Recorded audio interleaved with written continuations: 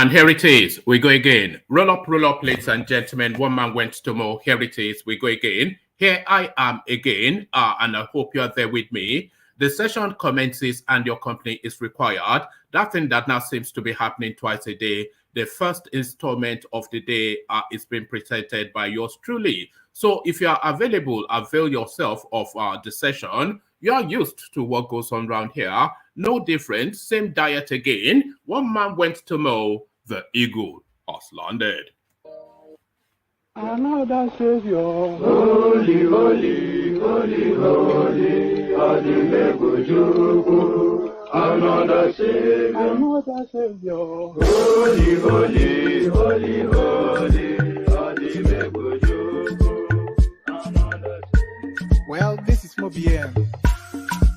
This is dedicated to the gallant heroes of the Nigerian Biafra War and IPO families all over the world. I remember the Nigerian Biafran War, in the thickness of the Biafra genocide. Hey, one man revived the vanishing hope to life. Let the great Biafran army to fight, and they were singing out, holy, holy, holy, holy, is another Savior. They were singing out, holy, holy, holy, holy, is another Savior. Holy, holy, holy, holy, is another Savior. Many years after the genocide, whoa, yet another great leader has risen up now. Oh, and he's leading the Biafrans to victory. In your madika, yabika kokwa namno wow. Hey, anamekele mazuche mefo. Manemo, it's an honor having you on board. When I'm singing along, holy, holy, holy, holy, Nandekano is another Savior. Sing along, holy, holy, holy, Nandekano is another Savior. When I sing along, holy, holy, holy, holy, holy, holy, holy, is another Savior. Getting it right and getting it fast now. Holy, holy, holy, holy, is another Savior. Holy, holy, getting it right, faster, never freedom. Is another Savior. Yeah, for freedom. Holy, holy, holy, holy, Nandekano is another Savior. Another Savior, holy, holy, holy, holy, Adimebujuku. Another Savior, holy, holy, holy, holy, Adimebujuku. Well, this is MOBILISING. This is dedicated to the gallant heroes of the Nigerian Biafra War and IPO families all over the world. I remember the Nigerian Biafran War, in the thickness of the Biafra genocide. Hey, one man revived the vanishing hope to life. Let the great Biafran army to fight, and they were singing out, holy, holy, holy, holy, is another Savior. They were singing out, holy, holy, holy, holy, is another Savior. Holy, holy, holy, holy, is another Savior. Many years after the genocide, whoa, yet another great leader has risen up now. Oh, and he's leading the Biafrans to victory. In your madika, yabika kokwa namno wow. Hey, anamekele mazuche mefo. And there it is right there. Holy, holy, the farmyard singers from the eastern part of Nigeria. Holy, holy. 2023, Obasanjo mobilizes South against ATIKU, wants power shift. So that power shift narrative, it looks as though the tempo of it is dying down somewhat. Because just some 6-7 months ago, we heard nothing but power shift. But now, the permutation, because the whole of the South said they wanted power to shift, but at the PDP convention, when the votings were taking place, all the indications and from the figures, certainly the South, they showed no indication that they wanted the power, with Southerners voting for Northern candidates to put him ahead of somebody from the South. But Obasanjo still insists that that unwritten agreement must be honored, that power must shift from north to south or between north and south. Obasanjo mobilizes South against ATIKU, wants power shift. So how that quite plays out, we find out shortly. So I've been trying to educate naivety into the reality of politics. A lot of people come here and tell us that the Southeasterners, they only want the presidential slot and they will not settle for anything else. And I've tried severally to explain that whilst the presidential slot is in play, they will be insistent on that space. But as soon as the vice presidential slot has been, whilst the presidential slot is in play, they'll be insistent on that space. But once the presidential slot has been allocated, has been won, if they don't win it, then they will recalibrate to negotiate at the next best thing, which is the vice presidential slot. But the naive in politics insist that no, they don't want it. They will never. They will take it, of course. And this is it. 2023 presidency, ignoring Igbo's not good sign for Nigeria.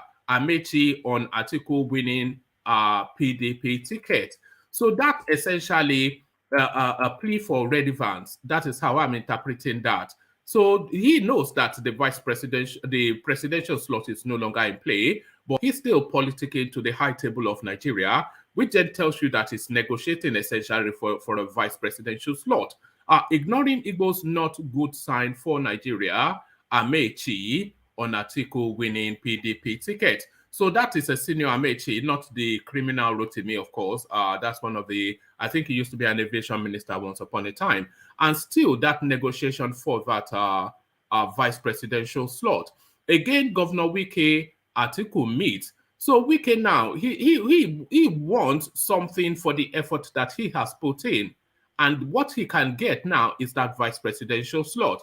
He will make a good vice president, of course, but does ATIKU want the headache of this rather strong-willed noisemaker on his tail? And does he even, for political expediency, calibrate for his best chances? Because a lot of people say his best chance is to pick somebody from the southeast. But WIKE certainly pleads his case. Again, WIKE, ATIKU, Abubakar meet. So that is a negotiation for the vice presidential slot right there. But that vice presidential slot is still very much in play, and all persons caught in that position. 2023, former lawmaker emerges ATIKU Abubakar's favored pick for running mate. So I think I may well have highlighted the name in the title of the video. So maybe not to tease you. I think it's EMEKA. Well, I know it is EMEKA EHIDIOHA that we're talking about. So he comes into play. But is he a good fit or even the best fit? 2023, former lawmaker emerges ATIKU Abubakar's favored pick for running mate. So quite what led to that, we find out shortly. And to the PDP we go. Buhari shortlist 2 presidential aspirants as successors. So so you find out who those are shortly. I think you may already know. But 2023, Buhari shortlist 2 presidential aspirants as successors. So who they are and why he has arrived there, all of that to be found out shortly. So a good rich mix of a menu. So everything, anything, something for everyone, I should say. So a rich menu, something for everyone. So lean back, kick back, take it easy. As ever, we are looking to hit 100 likes on this stream. So please, because I ask so often, you should just really do it automatically. As soon as you log on, just click on the like button. And then when I'm barely aching about click on like, you don't feel as though I'm coming after you personally. So you don't feel personalized in that comment. So click on the like button. If you have no reasons not to click on it, then click on it, because that helps the platform to grow within the YouTube space. So click on like and click on subscribe. And then at your discretion, you can click on the hyperlink that says StreamYard. That is if you want to come and join me on the screen to engage in a conversation around the talking points that I'm going to read out just fairly shortly. So the like button compulsory, you must click on that. The subscribe button compulsory, you must click on that. But the hyperlink that says StreamYard, that is at your discretion. If you feel like coming on the screen, then click on that. As you said about the clickings, let me provide you with a little bit of liquid inducement. Your calabash to the ready as we join the Kegas. Water, only water, where they see ma. Water, only water, where they see ma.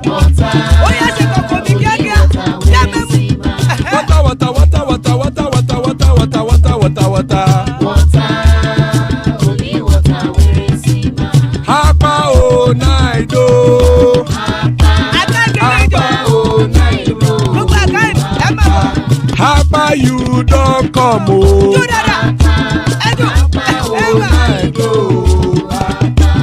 Hapa o naido.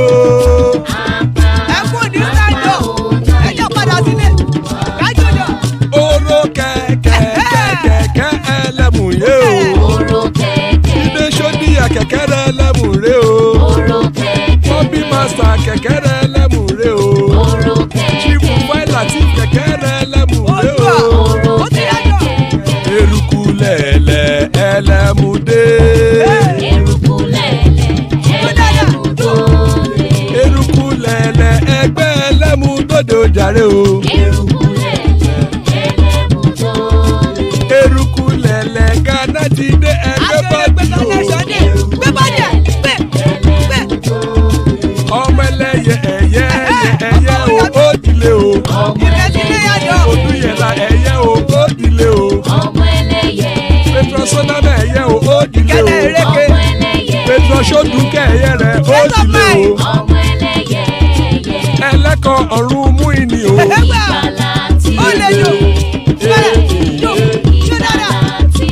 Àkùkọ ọ̀run mẹ́kọ̀.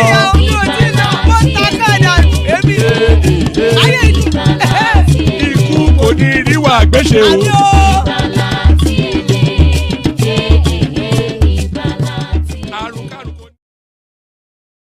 And there it is right there. Iku Koniriwa Agbeshe, may death have nothing to do with us. Iku Koniriwa Agbeshe, as guys, I bring you this. 2023, Obasanjo mobilizes South against ATIKU, wants power shift. Ahead of the 2023 general elections, former President Olusegun Obasanjo has started mobilizing strategic stakeholders in the southern part of the country against the People's Democratic Party's candidate Atiku Abubakar. Political sources who confirmed the move said the former president, who expressed unhappiness at the emergence of Atiku as the PDP presidential candidate ahead of his southern counterparts, argued that power should return to the south after President Muhammad Buhari's 8 years as president. Atiku emerged PDP candidate for a second time in 4 years at the MKO National Stadium late Saturday, scoring a total of 300 and let's take that again. Atiku emerged PDP candidate for a second time in 4 years at the MKO National Stadium late Saturday, scoring a total of 371 votes to defeat his closest rival, Yemi WIKE, who scored 237.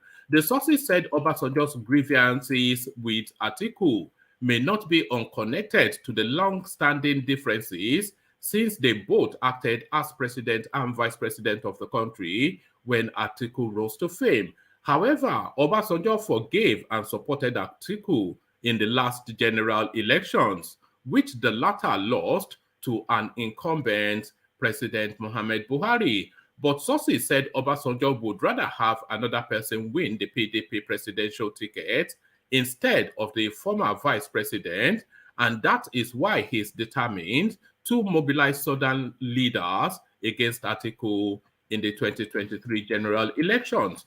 Top sources who spoke with correspondents exclusively on the current plan said the former president had already detailed former Cross River State Donald Duke to start the process of organizing strategic leaders against ATIKU. The sources said part of Duke's assignment is to mobilize support across the southern part of the country in favor of Peter Obi, who is the presidential candidate for the Labour Party. Obasanjo also held meetings with Obi and Duke and urged them to lobby River State Governor Yemi WIKE, who is obviously angry at the outcome of the primary of the PDP, where he lost to Atiku Abubakar.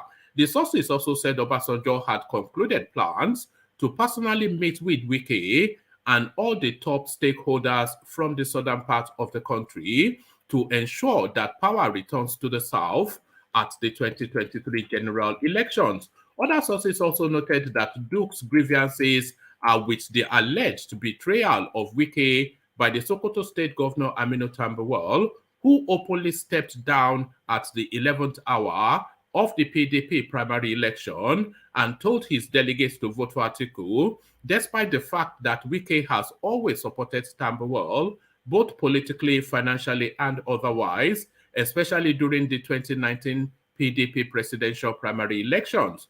Duke is also said to be aggrieved over the money spent on Tambuwal and his ambition by WIKE, who naturally should get his support at the primaries, but lost it due to northern collaboration before the primaries.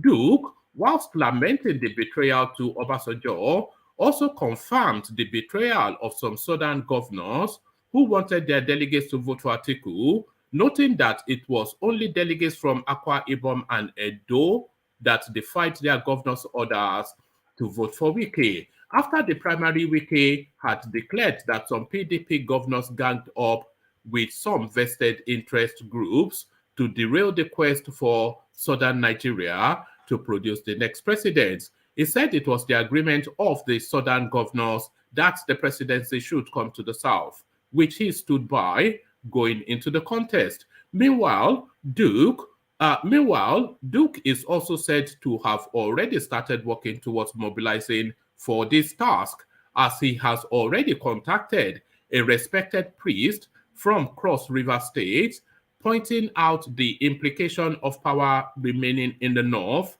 and the neglect of the southeast and south-south, which were already schemed out of the PDP power equation. So there it is right there.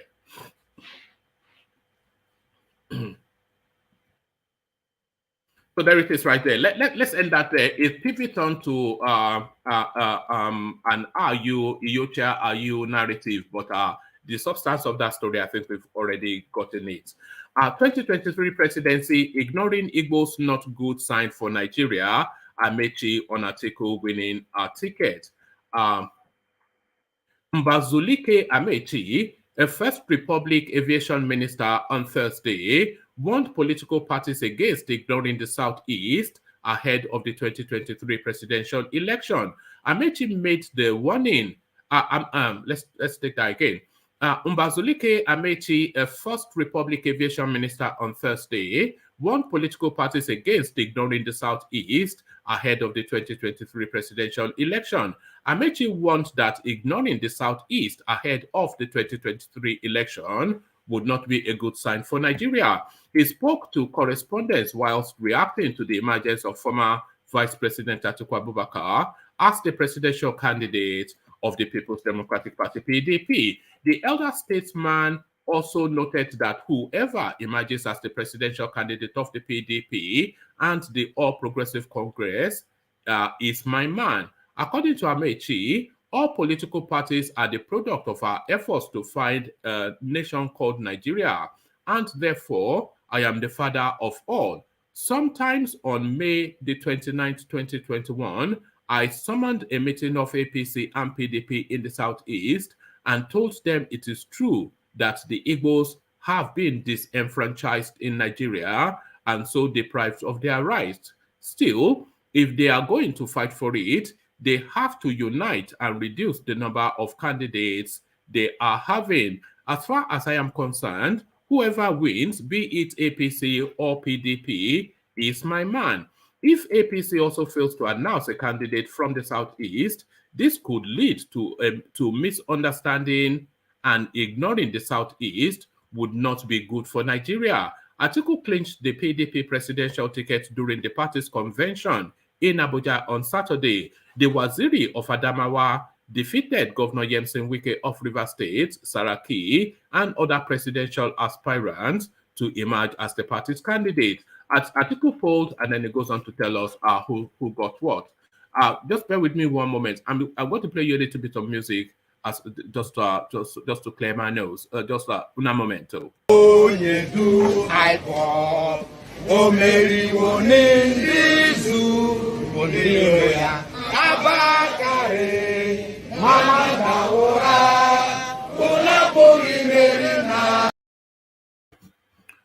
All right. So some of you may know that I'm still carrying the remnants of a flu. So that was what that was all about. So on to the next. Again, Governor WIKE ATIKU Abubakar meets.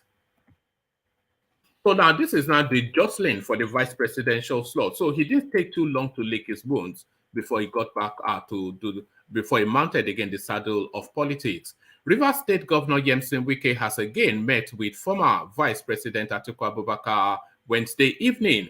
ATIKU emerged the People's Democratic Party's presidential candidate for the 2023 general election in a primary election held in Abuja last Saturday. The former vice president had defeated his closest rival WIKE with 371 votes to 237 votes. Correspondents learned that WIKE reciprocated ATIKU's visit, which the former vice president paid on Monday. Unlike Monday's meeting, where a dissatisfied WIKE met the camera shutters with an arching frown on his face, Wednesday's meeting ended on a cordial note as the governor and the ex-vice president beamed with smiles in a photo pose after the closed-door meeting, which details were yet to be known as at press time.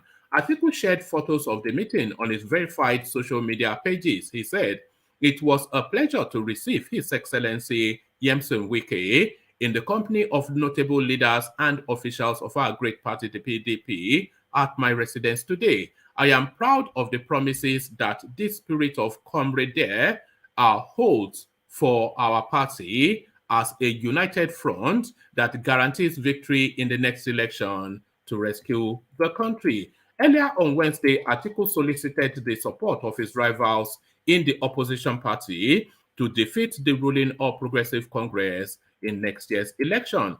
ATIKU, after he received the party's certificate of return at the PDP National Secretariat at the Wadata Plaza in Abuja, said his main opposition is the APC and not his co-aspirants in the presidential primary.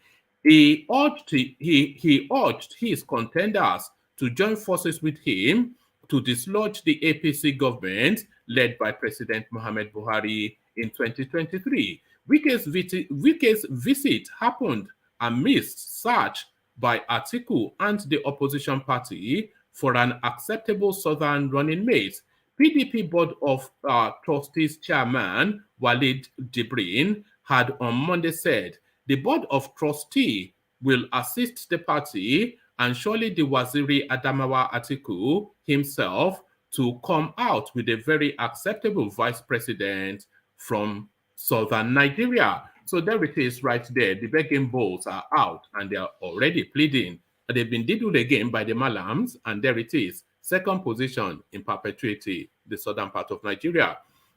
Still with our PDP and All Matters VP, 2023 former lawmaker emerges Atiku Abubakar's favored pick for running mate.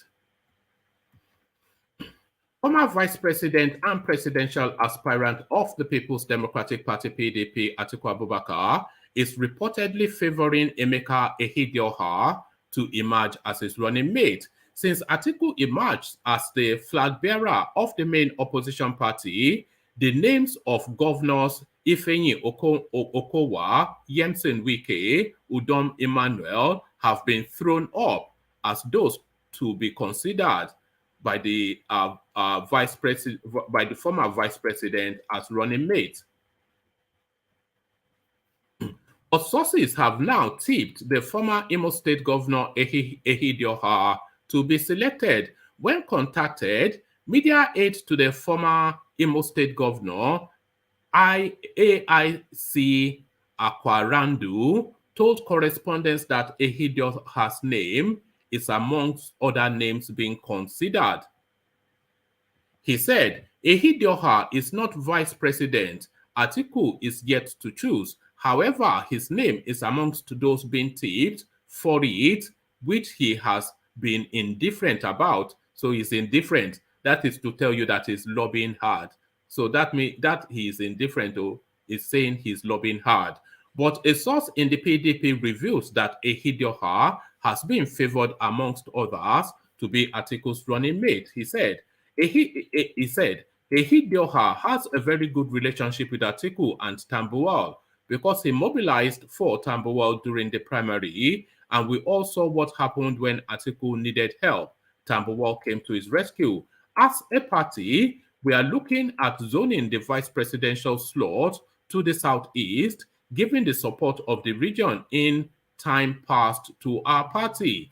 And when I look at the track records of EHIDIOHA, he is the best fit for the role. Recall that EHIDIOHA, a former deputy speaker of the House of Representatives and former governor of Imo State, was removed from office by a Supreme Court judgment which favored Hope Uzodinma of the All Progressive Congress APC. So EMEKA EHIDIOHA then, the name now in play. So this is now the final readout, and then we'll see who is available. 2023, and please, we're looking to get 100 likes on this stream. So if you've not clicked on like, just click on like, so I don't keep repeating click on like, and then we can just focus on the conversations if there is one taking place. So if you have no objection to clicking on like, then click on it, unless of course you object to doing it. So if you have no objection on clicking on the like button, then click on it. That helps to propel the platform up the YouTube algorithm.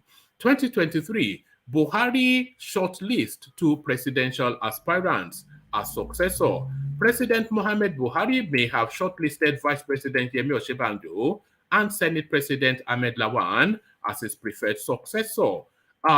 Correspondents recalled that the president had appealed to the APC governors to allow him pick his preferred successor ahead of the party's presidential primary on June the 6th. Buhari had made the appeal during a meeting with the governors and the national chairman of the ruling party, Senator Abdullahi Adamu, at the presidential Villa Abuja on Tuesday. A presidential source disclosed that Buhari is torn between the choice of Lawan and Osinbajo, following the emergence of former Vice President Atiku Abubakar as the PDP presidential candidate. According to correspondents, a team is looking at the pros and cons of selecting Lawan or Osinbajo with the view to giving President Buhari informed advice for the final decision to be made on his return from Spain by Friday. The presidential source said Buhari during his meeting with APC governors carefully highlighted that his choice would be someone capable of driving his visions. He said Osinbajo has also strongly defended Buhari's policies and projects, having played a lead role in its execution with the management of key initiatives central to the administration's strategic imperatives. The presidential source added that Lawan has also supported key legislation and help support the president's external borrowing policy. It was learned that a lobby group will be raised in the coming days to work in the north and south, depending on who the president chooses between Osinbajo and Lawan. The lobby group is waiting to meet with northern and southern elders in the APC to solicit support for either of the two presidential aspirants. So if they give it to Lawan, of course, then essentially that tells you that they are looking for ATIKU to be the president. So ATIKU to be the president if they give it to Lawan. Am I erring in saying that? Ajale Koko, I see you. Sorry, Ajale Koko, I see you. World Peace, I see you. And Charlie Boy, I see you. So good to have you all, gentlemen. Let me go first to you then, Ajale Koko. As I invite the audience, if you have not clicked on the like button yet, please do. We are trying to. If you look on the screen, then you see that we're trying to hit 100 likes on the stream. So we have well in excess of 250 people watching us. Thank you. But click on the like button so I don't keep coming back to urge you to do that. So as I urge you to do that, then let's welcome Ajanle Koko to the platform. So Ajanle Koko, are you there? Yeah, one man.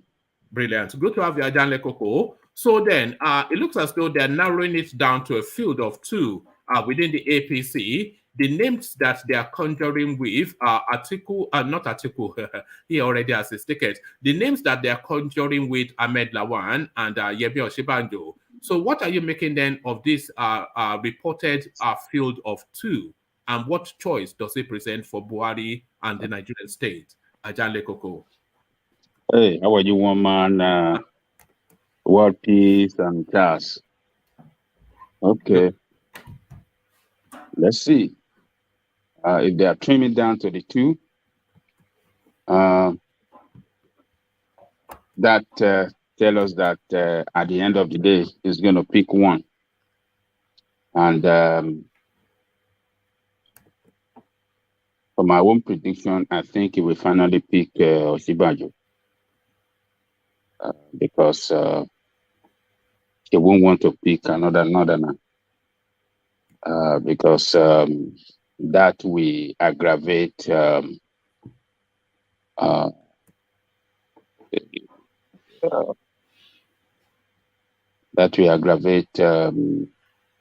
dissatisfaction from the entire South.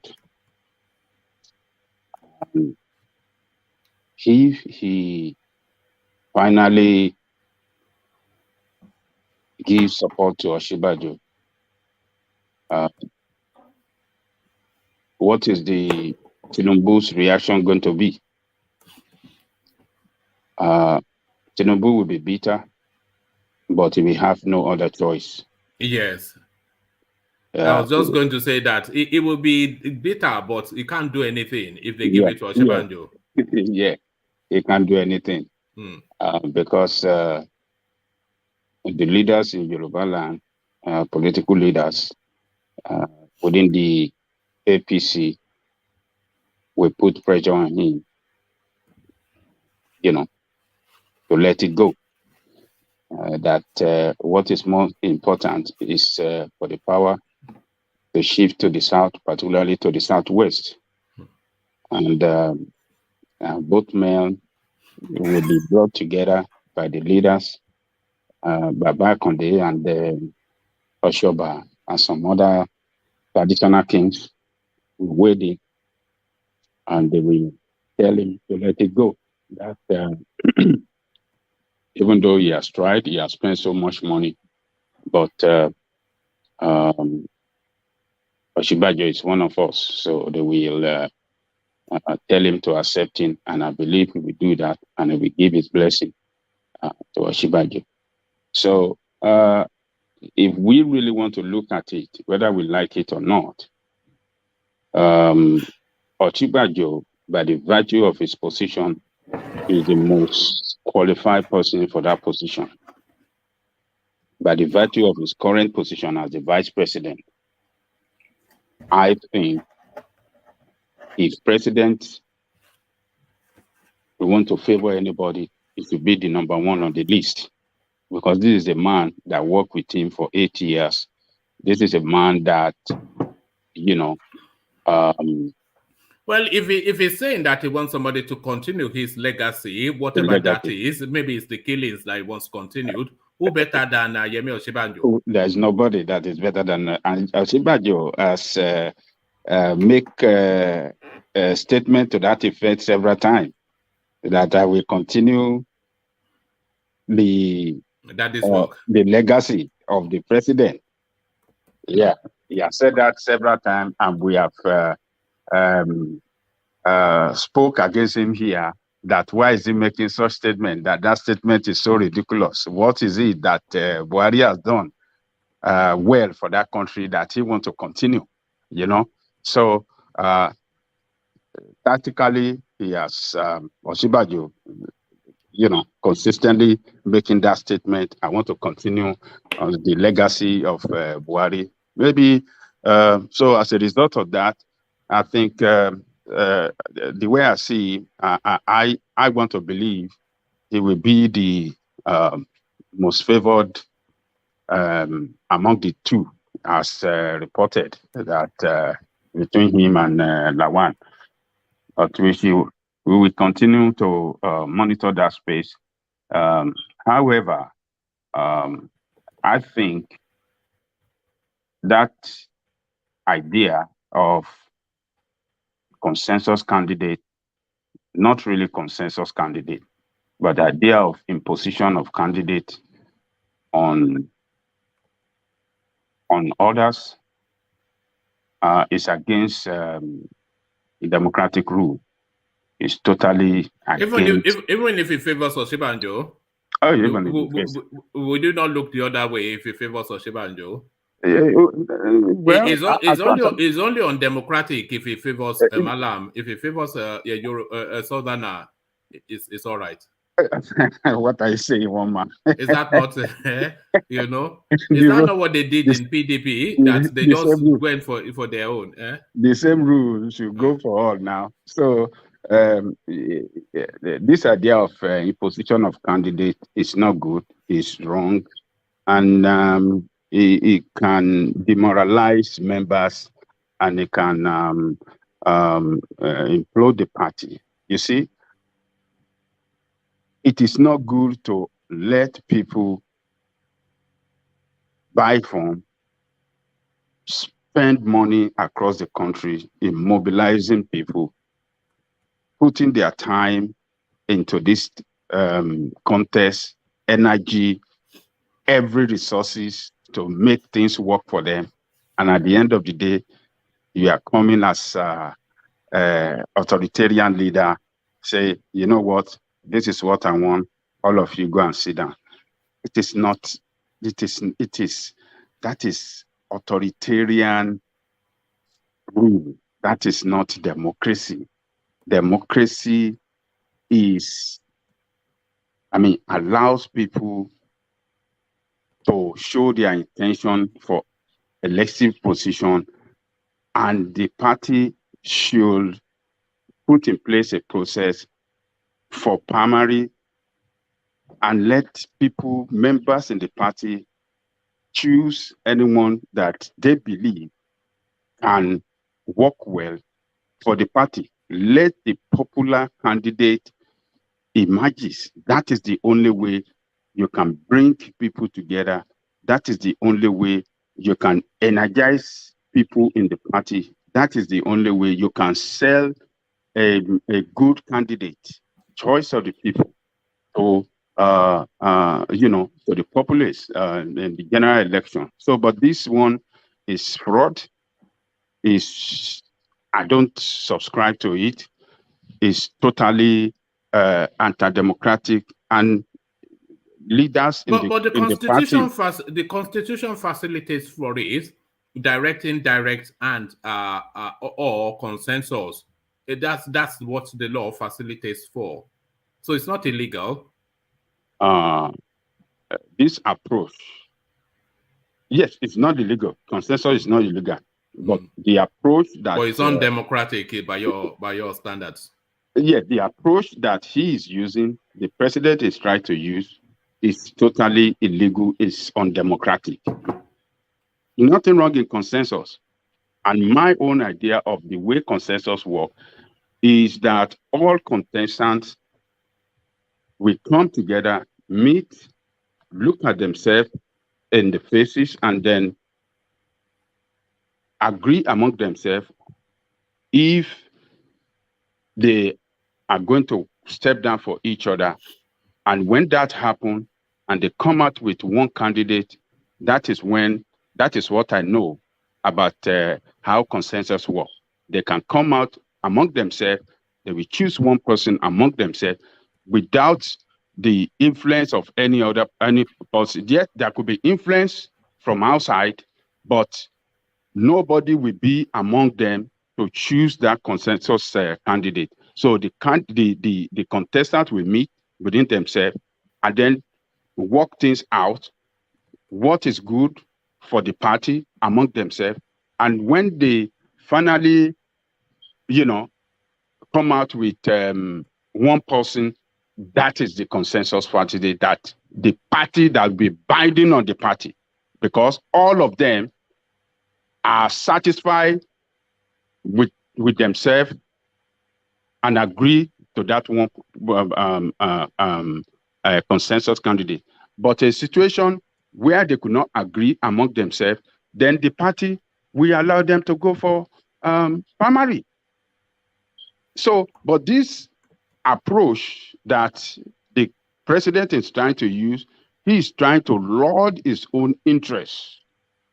It shouldn't be his own interest. Well, is that not the tradition, though? Obasanjo did the same thing when, against popular desire, he picked this sickly Umaru Yar'Adua, who of course then just elapsed on the seat. Yes, that was imposition as well. It was it's not democratic. It's not good for our democracy. Let the people's will prevail and not the will of one man, Mr. President. How can your own choice represent the will of every one of us? No, it doesn't work like that in democracy. And a democratic... No, it's undemocratic. It's not undemocratic. So a democratic process that is run this way is bound to fail, because you are not going to come out with the people's choice. And what will eventually happen at the end of the day is that you go to see favorism, because that man that is anointed, the favored candidate, we see Mr. President as his backbone. And we like to favor him. He would like to favor the cabal behind his emergence as the candidate of the party. And the people's interests will not be protected. So the interests of the people will not be matter to that candidate of the party, but the interests of those cabal behind his emergence at the ticket of the party, the interests of those cabal will have to be protected while is serving in the government, while he's in the government. So it's the interest of the cabal that will be most protected and not the interest of the people. So it is not good. That is why you see our democracy failing, because it is party government that they operate in Nigeria, and party will always protect party interests. So that's the way I see it, one man.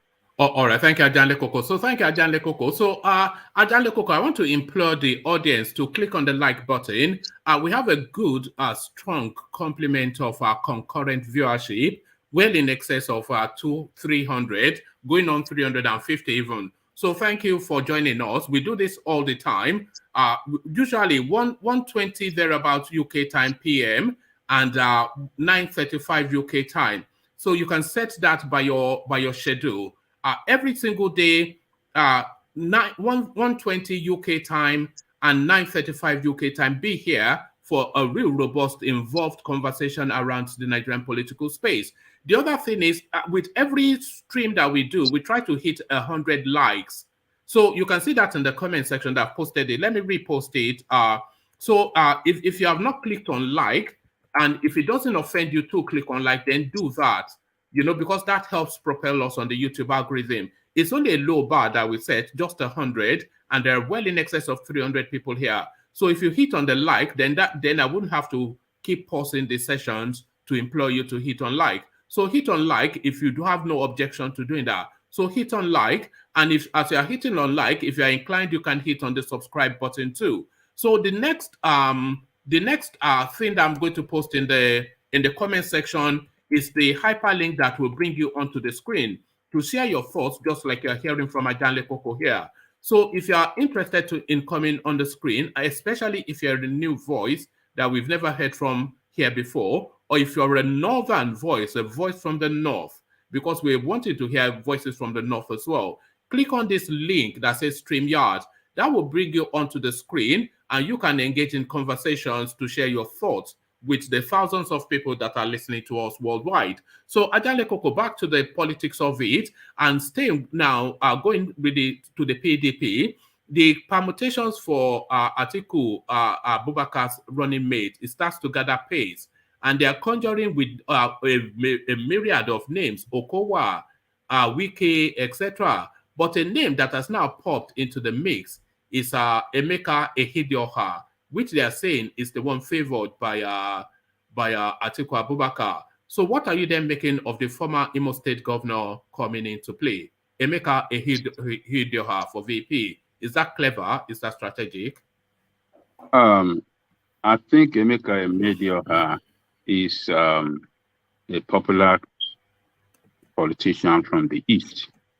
I think he's well loved by his people, and he has represented the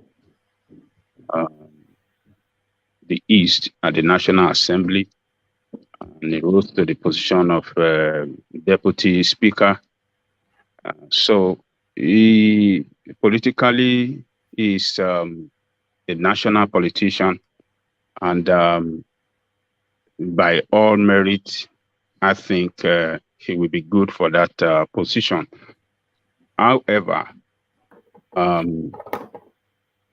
I will like Atiku, to choose an Easterner that is not politician, an Easterner of impeccable. But what would that person? What would that person bring to the campaign? Well, the last time he chose Obi, and Obi, though was a politician, was former governor, but he is as well a technocrat because he has served in the banking sector and is enormous knowledge in how economy runs and how economy works.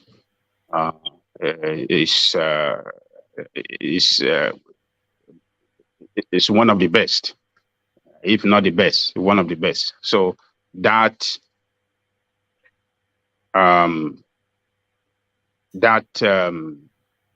advantage that he brought to the ticket, if they had won that 2019, he would have helped the president in packaging, will help Atiku rather in packaging a good economic policy that will be of a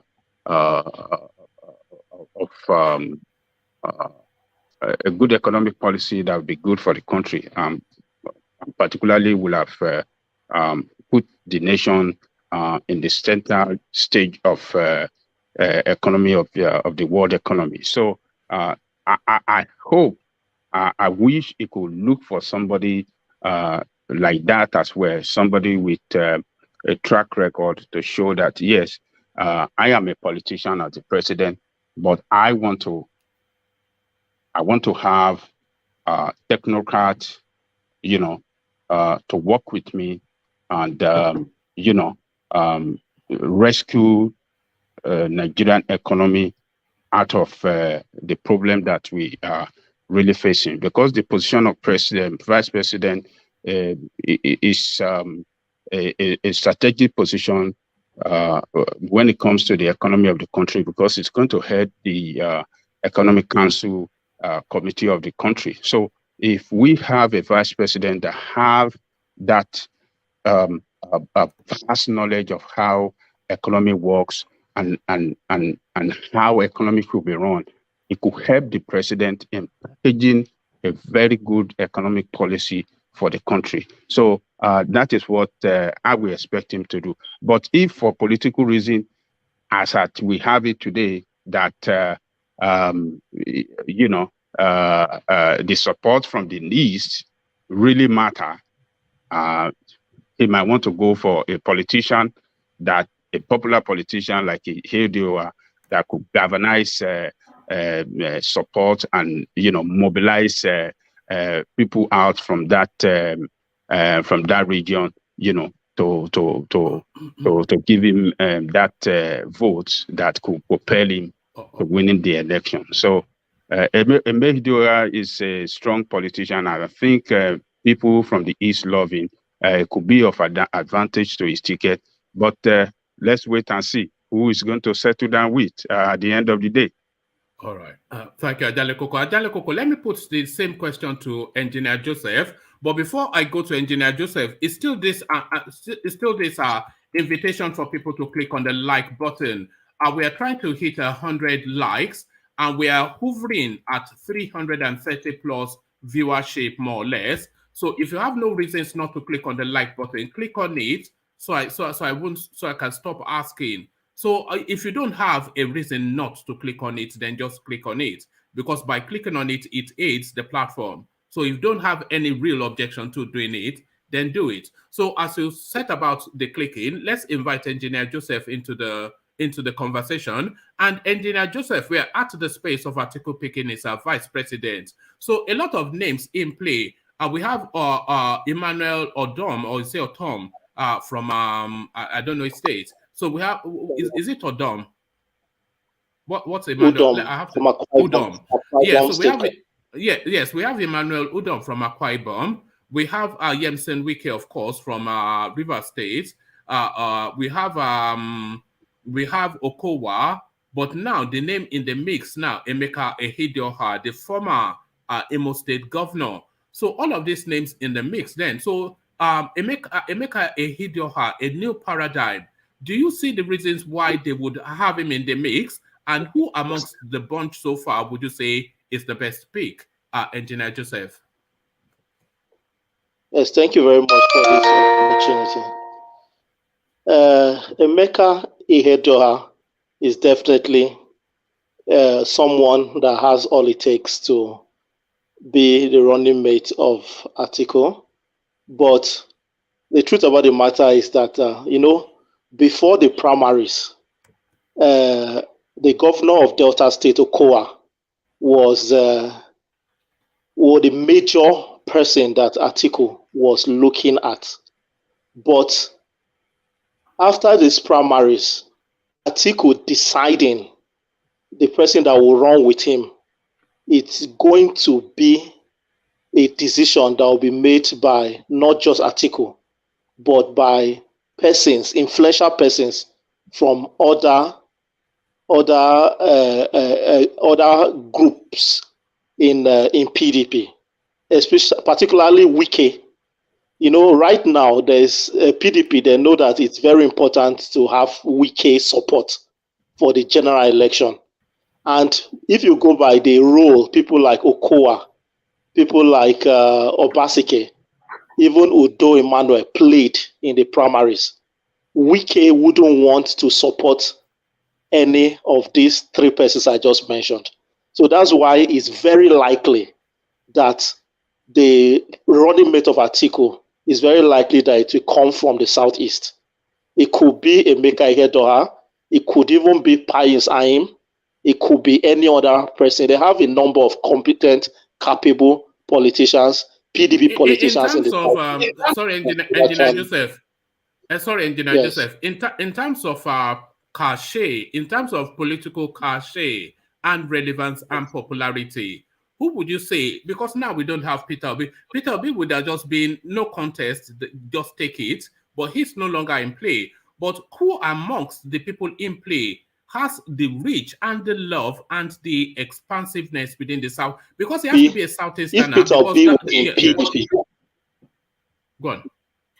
Yes, even if Peter Obi didn't decamp, if Peter Obi remained in PDP, I believe that it wouldn't have been, a lot of people believe that it would just be an easy pick for him to run as a vice president of ATIKU. It's going to be a very difficult pick.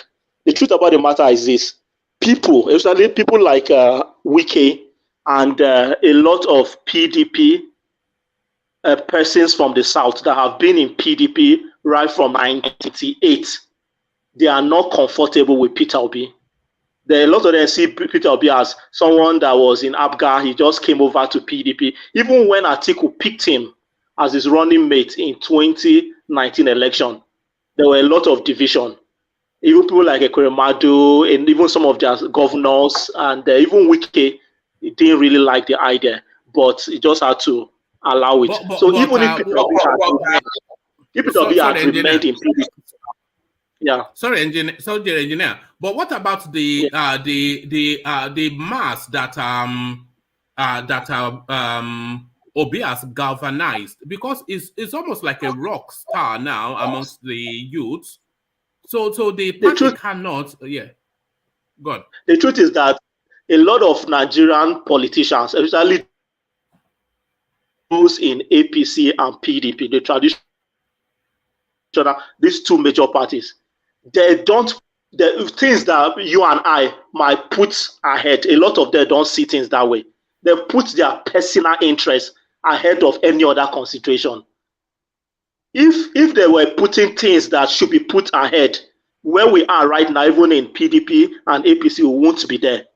There are some things that are very clear to any right-thinking person, but politicians don't see that way. They always put their own personal selfish interests ahead of other things. That's one problem with a lot of politicians. So at the end of the day, Southeast very likely to produce a running mate to ATIKU, but EHIDIOHA is there. Even Pius Ayim is someone, if you've listened to Pius Ayim about what he thinks about Nigeria, his plans about Nigeria, you would know that even among all the presidential candidates, if you want to pick the first three that might really do well as Nigerian president, it should be engineer, does he have the reach in terms of being able to bring votes to the campaign? Who knows Pius Ayim in Nigeria? Nobody knows him. Definitely. Yeah, definitely he does. As a former Senate president that had senators from all over the country and former secretary to the federal government, he has all it takes. He has all it takes. And what is even more important in politics is for everybody to agree. When you have a majority of people agreeing that yes, we are in support of this, that's what is more important than the individual persons. No matter how competent, and if majority of the politicians don't endorse him, he still has a lot of challenges ahead of him. All right, thank you, engineer. Let me sample Ayo's opinion on that space as well.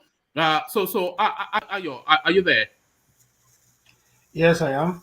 Brilliant. So hopefully you're before I go to Ayo, we're still pushing for that 100 likes. We're about 20 likes from it.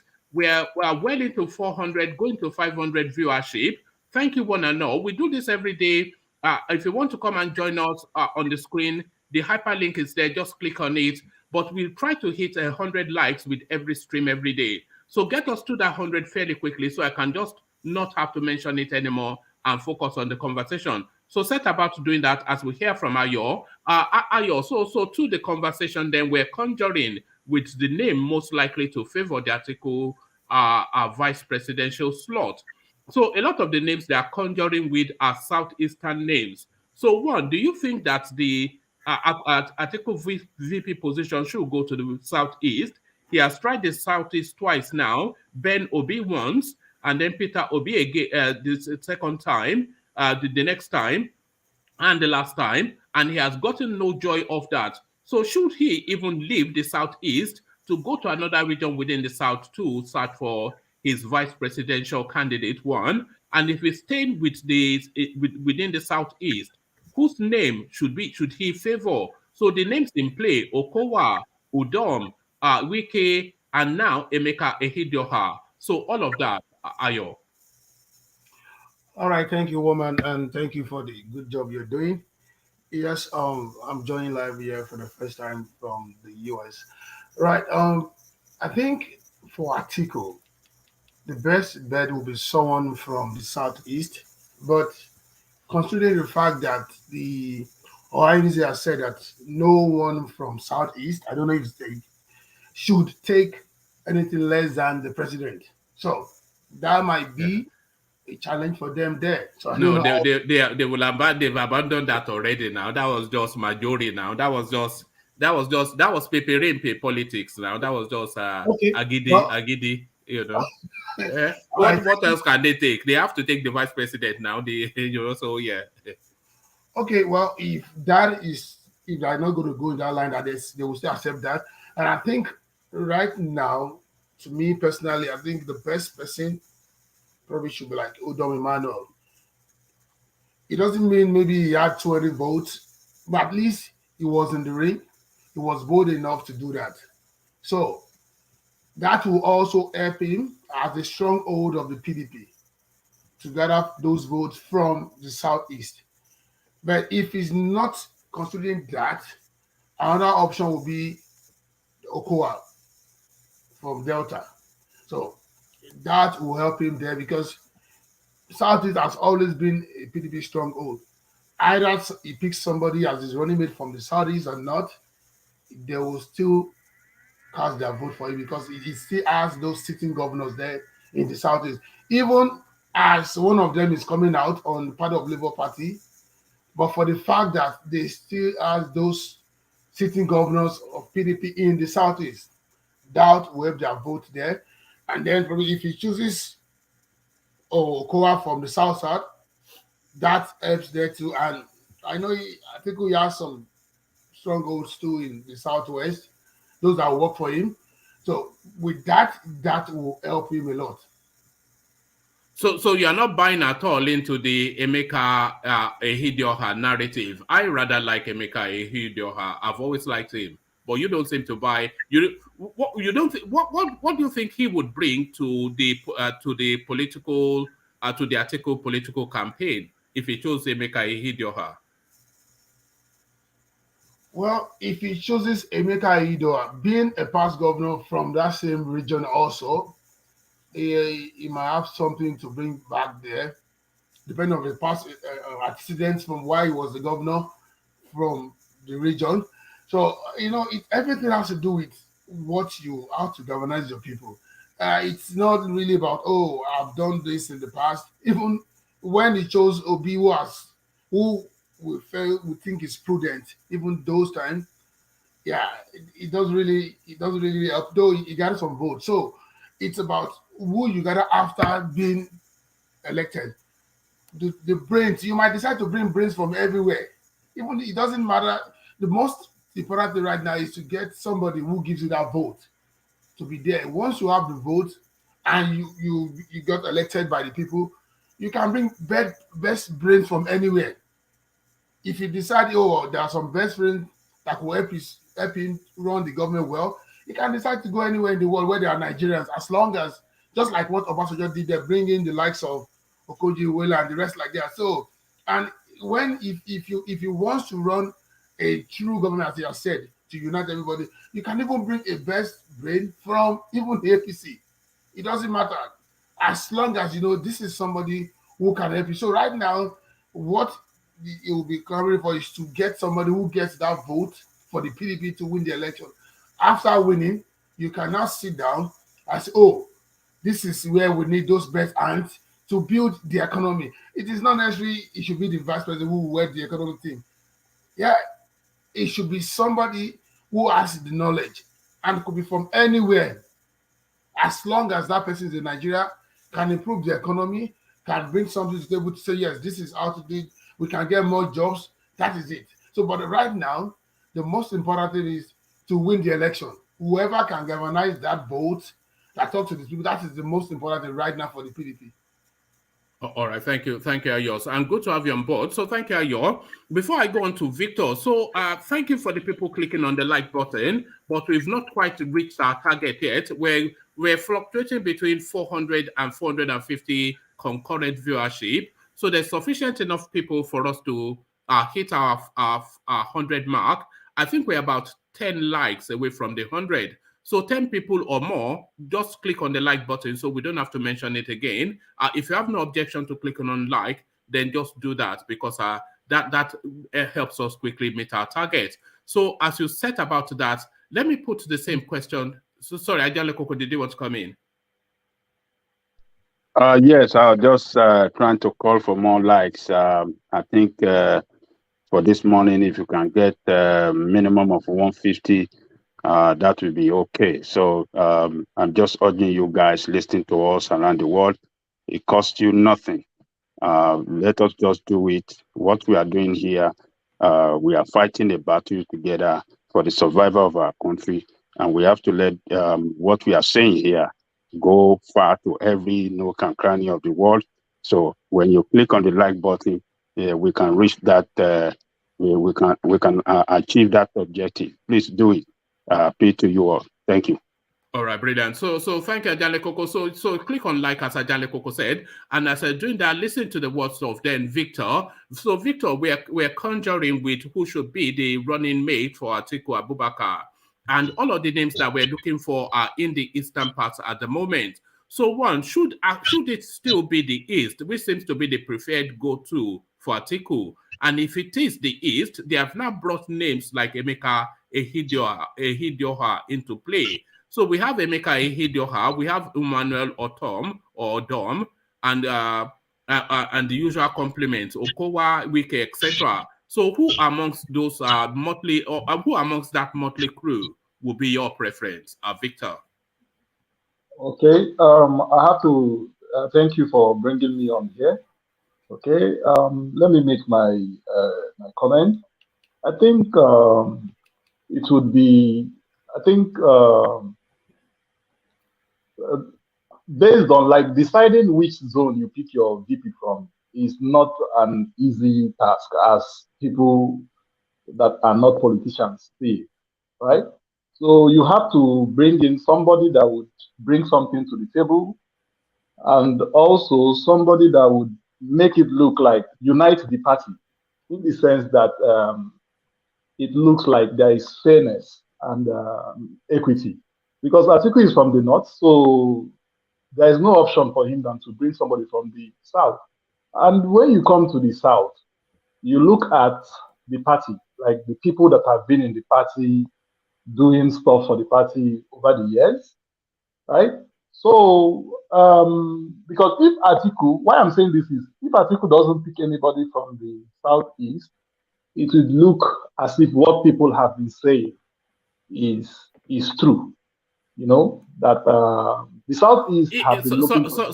Sorry, Victor, if he picks somebody from the southeast, should the southwest feel aggrieved? The southwest is understandable in the sense that somebody from the southwest has served as the president of that from that same party, 1999. So somebody from the south has also served as the president. So it looks like let me carry the southeast along, because these things are not, because some of these men, they go inside, they discuss these things, and they try to come up with rational decisions, you know.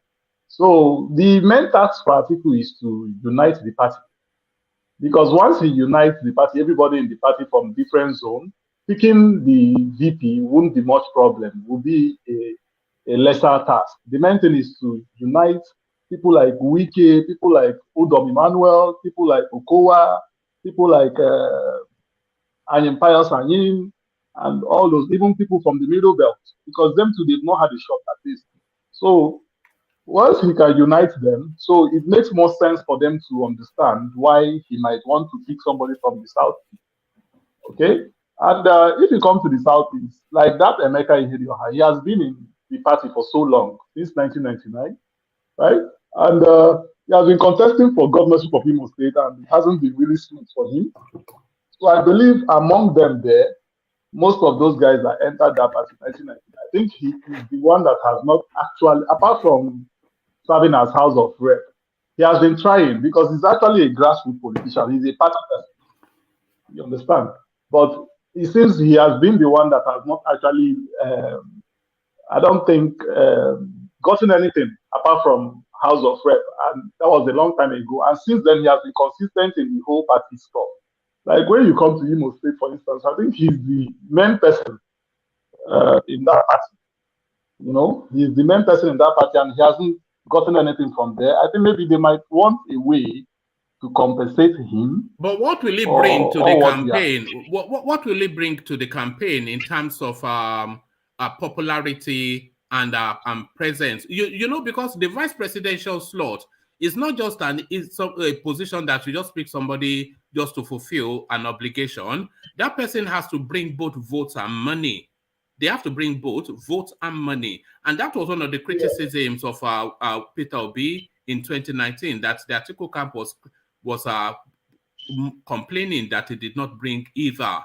So who will bring both votes and, more importantly, both money and, more importantly, votes amongst those people in play? Yeah. When you talk about money, I don't think EMEKA would be able to bring money to the table. But maybe when you talk about votes, for instance, the guy has grassroots politics. Like he has people, especially in Imo State, where I come from, the guy is very popular in that party, among the party, as you call it, the party structure. You know, he has serious influence there. So I think with Peter Obi being in Labour Party, I think the guy might be like, you know, might throw in some surprises. Like people might actually be confused. Do we go with Peter Obi in Labour Party, which we are not even sure if he's going to win? Or maybe ATIKU that is closer to winning, like the way things are right now, because we have to say things the way it is. You know, ATIKU is closer to winning. So he might bring in this kind of, you know, people trying to wrap their head around and which is the best decision for us to go to. But I'm sure places like Imo State, he's going to have a serious influence in Imo State. But and I know he has a good rapport with WIKE, because I think WIKE has been the one carrying him along, sponsoring the party in that area. You know, I think he's also loyal to WIKE, but I'm still surprised that from the rumors we hear that the party delegates from Imo State actually gave their vote to ATIKU or Tanduwa, not even WIKE. So all right. I mean, I would have thought WIKE would be the obvious choice, but he doesn't bring the votes. Is the thing, because the votes of the South is somewhat minuscule, but the votes in the Southeast is substantial. You know, so he has to bring votes now, and he cannot bring votes. WIKE, this is really where it is. The thing about WIKE is about the South is these two regions, the South and Southeast, can easily influence themselves in direction that they will go. You know, it's easy for anybody in those regions to influence each other. Okay, but ATIKU, I don't think it's going to be wise for ATIKU to pick somebody like WIKE, because WIKE ran against him. It's going to be like, WIKE, your vice that actually ran against you. But WIKE's effort has to be compensated for now. It was a close run thing now. It did defeat him hands down. So that popularity and that effort has to be compensated for in some form. For sure, maybe he might actually, WIKE would be one of the major stakeholders in deciding who is going to be the vice. You know, he's going to be one of the, actually in the South, WIKE would be one of the major stakeholders in deciding that. But I don't see him picking WIKE as vice to look like somebody that's actually eyeing the same position. Your position is your vice, you know? And you know, Nigerians are not comfortable with those kind of things. This is not or in the Western world here. You know, so that is the kind of politics they play in Nigeria. So I expect him to pick somebody from. He would likely pick somebody from the southeast, but I think WIKE would have a strong influence on who is going to pick, whether it's from the southeast or from the south, because WIKE actually got 230, and that is, and he actually needs WIKE to actually unite the party and make sure that his base is still intact. You know, but I don't see him picking WIKE at the time.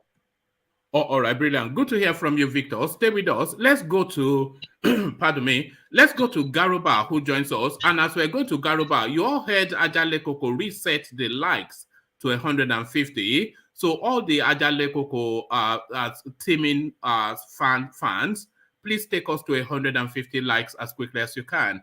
So let's go to Garuba then. So Garuba, you've been following the conversation, so let's take your opinions. Let's take your opinion. So there's no such thing as opinions. I even recall when I hear people use language like that. So let's take your opinion, Garuba. So we're conjuring who would Garuba is gone. So let's go then to Rational Mind. So Rational Mind, to the conversation, we're conjuring with who should be ATIKU's pick. So we are narrowing to names in the East, and EMEKA, EHIDIOHA now in play. Your thoughts, Rational Mind. Yeah, good morning, one man. Good morning, everybody. I think you might know my stand on this whole ATIKU thing. For me, I would not want to say much on ATIKU because ATIKU is not the kind of person I want. But like I said in one of your sessions, one of the sessions we had, when you asked the same question, even before we knew what was going to happen, perhaps. So I think his best bet would be from the southeast, because when he had the 11 million that we said, I mean, they claim he had at the last election, and I know a chunk of it, if not half of the numbers of the 11 million is from southeast. Does Udom Emmanuel, does he have that political weight? I don't think so. Maybe among his own people. Even Udom Emmanuel is no longer even popular in Akwa Ibom. So I don't think that would matter. I don't think he can pull any strength in the southeast. He has no influence in the southeast. His influence in South is just limited to his state, perhaps, which is even debatable too. Do I think this guy in Delta State can pull anything? I don't think so. Okowa does not. In fact, PDP in Delta State is divided at the moment because of imposition, like what we see played out in their primaries. This guy from Edo State, do I think he can do anything? What's his name? Obaseki. Obaseki, I don't think he can do anything because it's just, the guy is just fortunate to be governor there. That's why I say, maybe because people just like him. But party-wise, the structure of PDP in that state is not even, he doesn't have absolute control of it. So he needs somebody who is very strong, that will bring the Southeasterners on board. But like I said, you know my stand on ATIKU. It's not my candidate. None of the Northerners should at this time be talking about wanting to contest. But we know what is going on. For that reason, I'm really, really vexed. I just don't want to talk about ATIKU for me. So, but then, like I said, it's best bet to be Southeasterner. So, but I don't even know if any Southeasterner besides OB will be able to pull any string for him right now, because considering this is the disaffection among the Southeasterners concerning what has happened, how the Northerners has colluded within the PDP to set aside that their constitution just to make way for their own man from the north. So that's, I think in itself, they view it as some kind of treachery of a kind. So for them, I think a lot of them are resolute. I mean, anybody from Southeast that is talking about ATIKU, well, I don't know. It's their opinion. But from what I've heard from real people, I'm not saying real people, I'm saying people who are really vexed. I'm sure what Ohaneze said, I'm sure they're going to do it. But let's see how that plays out. Maybe they might be able to convince them to come on board on ATIKU train, bandwagon, to see if they can, but I doubt it. All right. So let me take you to where your sentiments lie then. Let me take you to where your sentiments lay. Obasanjo mobilizes South against ATIKU, wants power shift. So Obasanjo somewhat vexed by the way that the PDP space played out, with ATIKU emerging the flag bearer, contrary to what is understood to be the gentleman's agreement between the South and the North. Why the South would essentially think of anybody from the North as a gentleman is a subject for another debate. But that runs contrary to the gentleman's agreement that power will transit between the two stratas, between the two divides, and they've had their complement now. So PDP presenting Atiku somewhat vexes Obasanjo, who is now mobilizing the South to rally against Atiku. So one of the people that is using to champion this fight back is Donald Duke, who was especially angered by what played out against WIKE at that primaries, especially the treachery from Tambuwal. So these people now, they've shown their full fangs. So you cannot be mistaken in who these people are anymore, especially what Tambuwal did. So Obasanjo now mobilizing the Southern fight back and essentially rallying towards the Obi narrative. So what are you then making then of the evolving politics of Baba Iyabo, Rational Mind? One man, you said at the beginning of your try to ask this question, sentiment. Well, it's not sentiment. This is, we're talking about, we don't know, no sense is common. Sense is not common anymore. Everybody just seems to have their own definition of what is common sense or whatever. Well, I mean, this is not sentiment per se. It is what is supposed to be what they call, what they throw over there in Nigeria, equity and fairness. I mean, this is it. I mean, we've seen what has played out under this man that's there. So anyway, let me just go quickly to your question. Well, you see, Obasanjo, I mean, that's a good thing if Obasanjo is coming out and rallying people. Yeah, that's what they should be doing. The leaders from the South, when I mean South, I mean South, Southwest, Southeast. Like, was it some days ago, or was it yesterday, you talked about Tinubu reaching out to the Southeasterners. I hope our brothers from the Southeast will see this as something that they could really work on, perhaps. I don't know what reason. Maybe he's asking them to support him. I don't know, whatever it is. If he never campaigned there during this campaign for primary, for delegates. So I wonder what it is. Maybe as you've seen the handwriting on the wall that they're going to scheme him out at the primary. He's not going to be one of the names that Buhari has said is his favorite. So what I'm trying to say here is that it is time for all the Southerners, South, Southeast, and Southwest. If Obasanjo is leading that, championing it, that is good, because he's a former former head of state, former president, and then a statesman. So he should be the one even leading that pack. So if he's, the thing is this, it's really vexing, one man, if you look at it, because what it means in that country is that we are subservient to these people from the North. If we get a northern president again, then we're a conquered people. We cannot pretend that we're anything else but. So that means throughout 80% of the lifespan of that country, they have had the whip hand over the South. Yeah. Where none of the resources, we control the resources, but we're subservient to the Malams. Yeah. So we're a conquered people. If we get a northern president again, we can do all the grammars and all the permutations and all the what's and what ifs. But if we get a northern president again, we're a conquered people. Yeah, because if you look at it, we had this.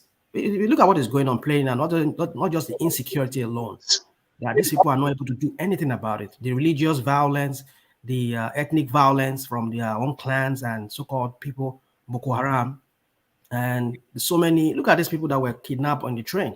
Till this very day, a lot of videos are being released. What are these people in a saner society? And you have control over the means of violence. You can't go and bring out those people and rescue them, even though maybe some people are in the process of rescuing them. Some people will be dead. But at least assert that power, that right, that power that, yes, you have the means to violence, and anybody in the states should be obedient to the law, the rule of law of that country. But you just treat this whole thing with a kid glove. You just allow these people, and then these people have been there for several months now, if not more than 2 or 3 months now. With this, they're not doing anything. You heard about how they killed that girl in Sokoto. Nothing has been done. Even the charges they brought against those people, and no charges that even has to do with borders. You know what the charge is against that girl in Sokoto. Do you know what the charge they call you can repeat that, one man. Public disturbance. Just imagine. That's the public disturbance. What are we talking about? These people, they were on the video Unbelievable. claiming he had the matches on his hand, or matchbox, saying that they did this. So is that not enough for them to even send that guy to the gallows? First degree murder to My public goodness. disturbance. I tell you that we from the south, and those people from the other people. Do you know who his lawyers are? The guy. Is it 75? Is it 75 lawyers? I mean, 75 Muslim lawyers. So just imagine. So what are we talking about? So that means he works free.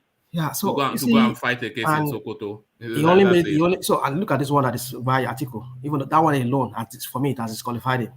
Only because they just holler him that, look, you're going to lose 1 million votes from us if you. I mean, do what is right. What is right is you talk as a statesman.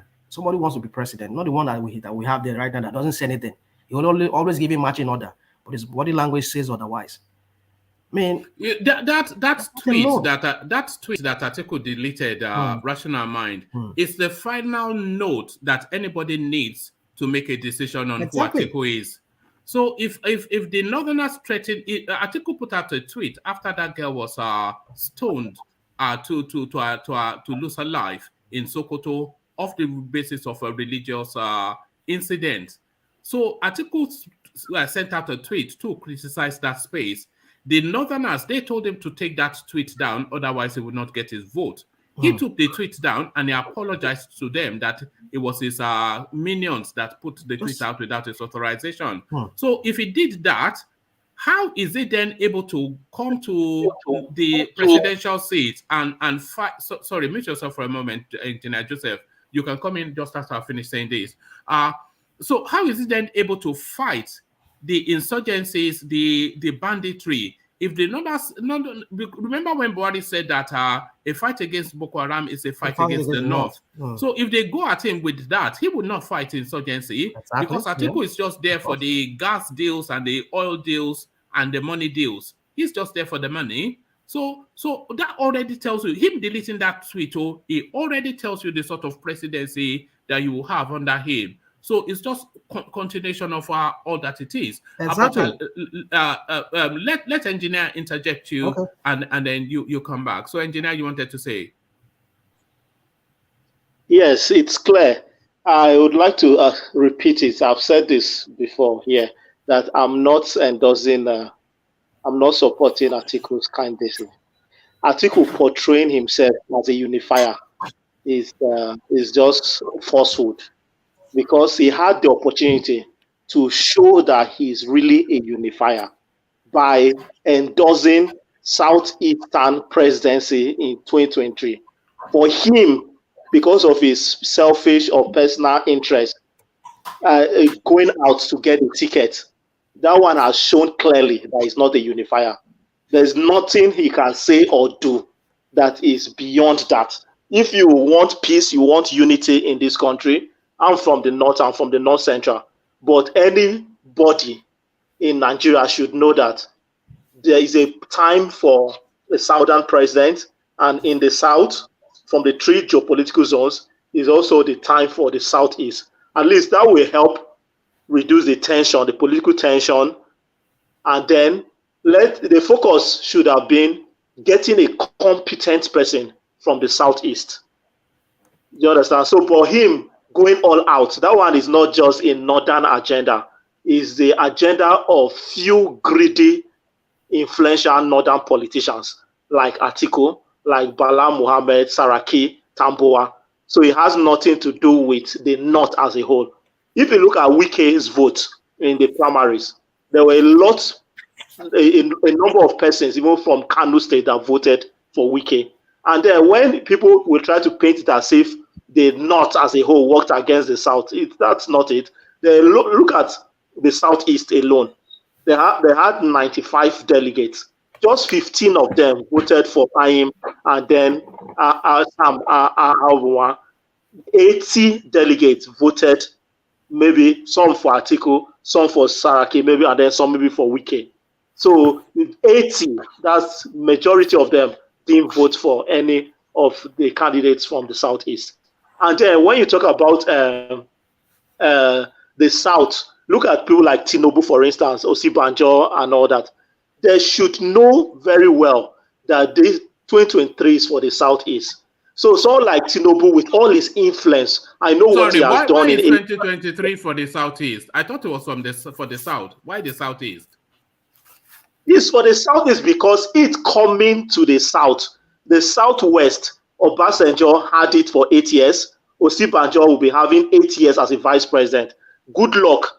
South had it 5 years and few months. So it's only the Southeast from the South that hasn't produced it. So if the Southwest and the South are not ready to go by equity. What about the experience? What about experience? Is there experience in the Southeast at that presidential level? If it's yes, coming to the South. There are more than 1,000 very competent, experienced people from the Southeast that can do an excellent job. At presidential level? Yes, at the presidential level. Are you sure? Are you sure? Yes, more than 1,000. They are there, some in Nigeria. Some of them are not resident in Nigeria as we speak. The truth about the matter is this: someone like Tinubu has done very well in APC. He's like the biggest masquerade in APC, both from the South and the North. But if I were in his shoes, so why not give it to the biggest then? Why not give it to the biggest?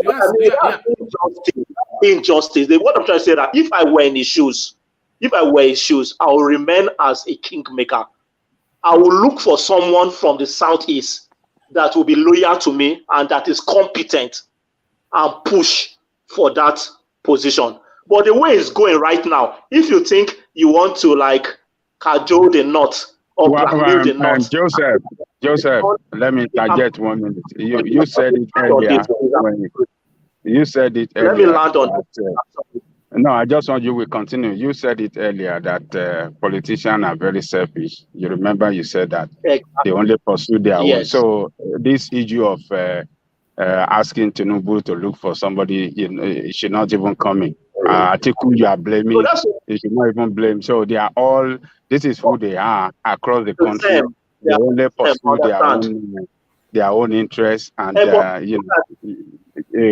so their own interest matter to them than interest of any other person. So. Yes, that's true. But look at where it has gotten them to right now. As we speak, the likelihood of Tinubu clinching the ticket is very, very slim. Like if you look up the heading you gave, if you say it's between Osinbajo and Ahmad Lawan, Osinbajo has more national appeal than Ahmad Lawan. But if you ask me now, I will even prefer APC to go ahead and give it to Ahmad Lawan. Ahmad Lawan. Because if they do that, that means that increases the chances of Obi becoming our next president very, very high. But if they should give it to Osinbajo, it's going to be more work. Are you serious for Ahmad Lawan? That will energize ATIKU base, that will give a free ticket to ATIKU. The whole South, I mean, majority of the vote from the South will go for ATIKU now. What are you talking? But an Ahmad Lawan ticket will essentially be a Buhari ticket. So it will really be Buhari versus ATIKU in the North. It will not get votes from the Southwest. And the Southeast, if ATIKU pick somebody from the East, Southeast will vote for ATIKU. And the South side will vote for ATIKU. No, but what our Peter Obi is what our engineer is saying. Peter Obi, it brings Peter Obi into play. Yeah. Yes, Peter Obi, he would look for a popular candidate from the Northwest. Peter Obi will get a very popular candidate for the Northwest. And then mobilizing the support of the youths, Nigerians scattered everywhere and all that.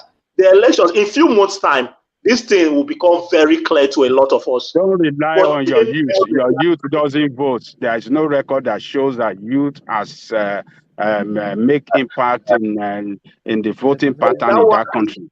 So expecting you to do wonder this time is not going to happen. You will see it. It's just noise making on the internet. Forget about the youth. They are not ready to do anything for the country. No, it has gone beyond noise making. You will see the difference this time around. You'll see the difference this time around. It's not going to be business as usual.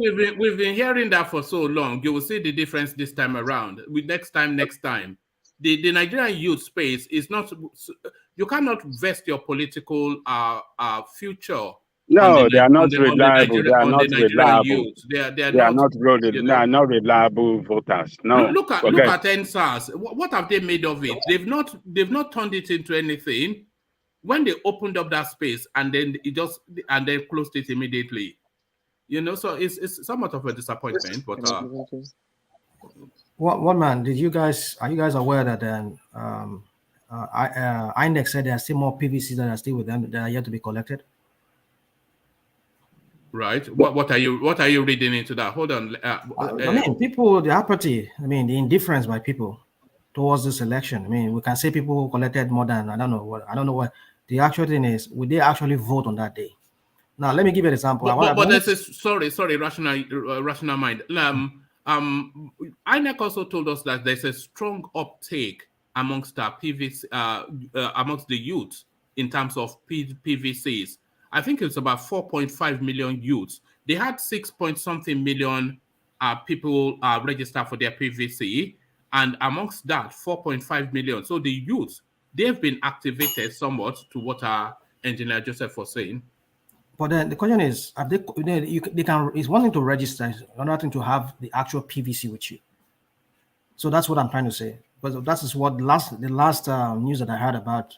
I mean, the last information I heard about that I had concerning that was that they are yet to come get their actual PVC. PVC are still with the INEC.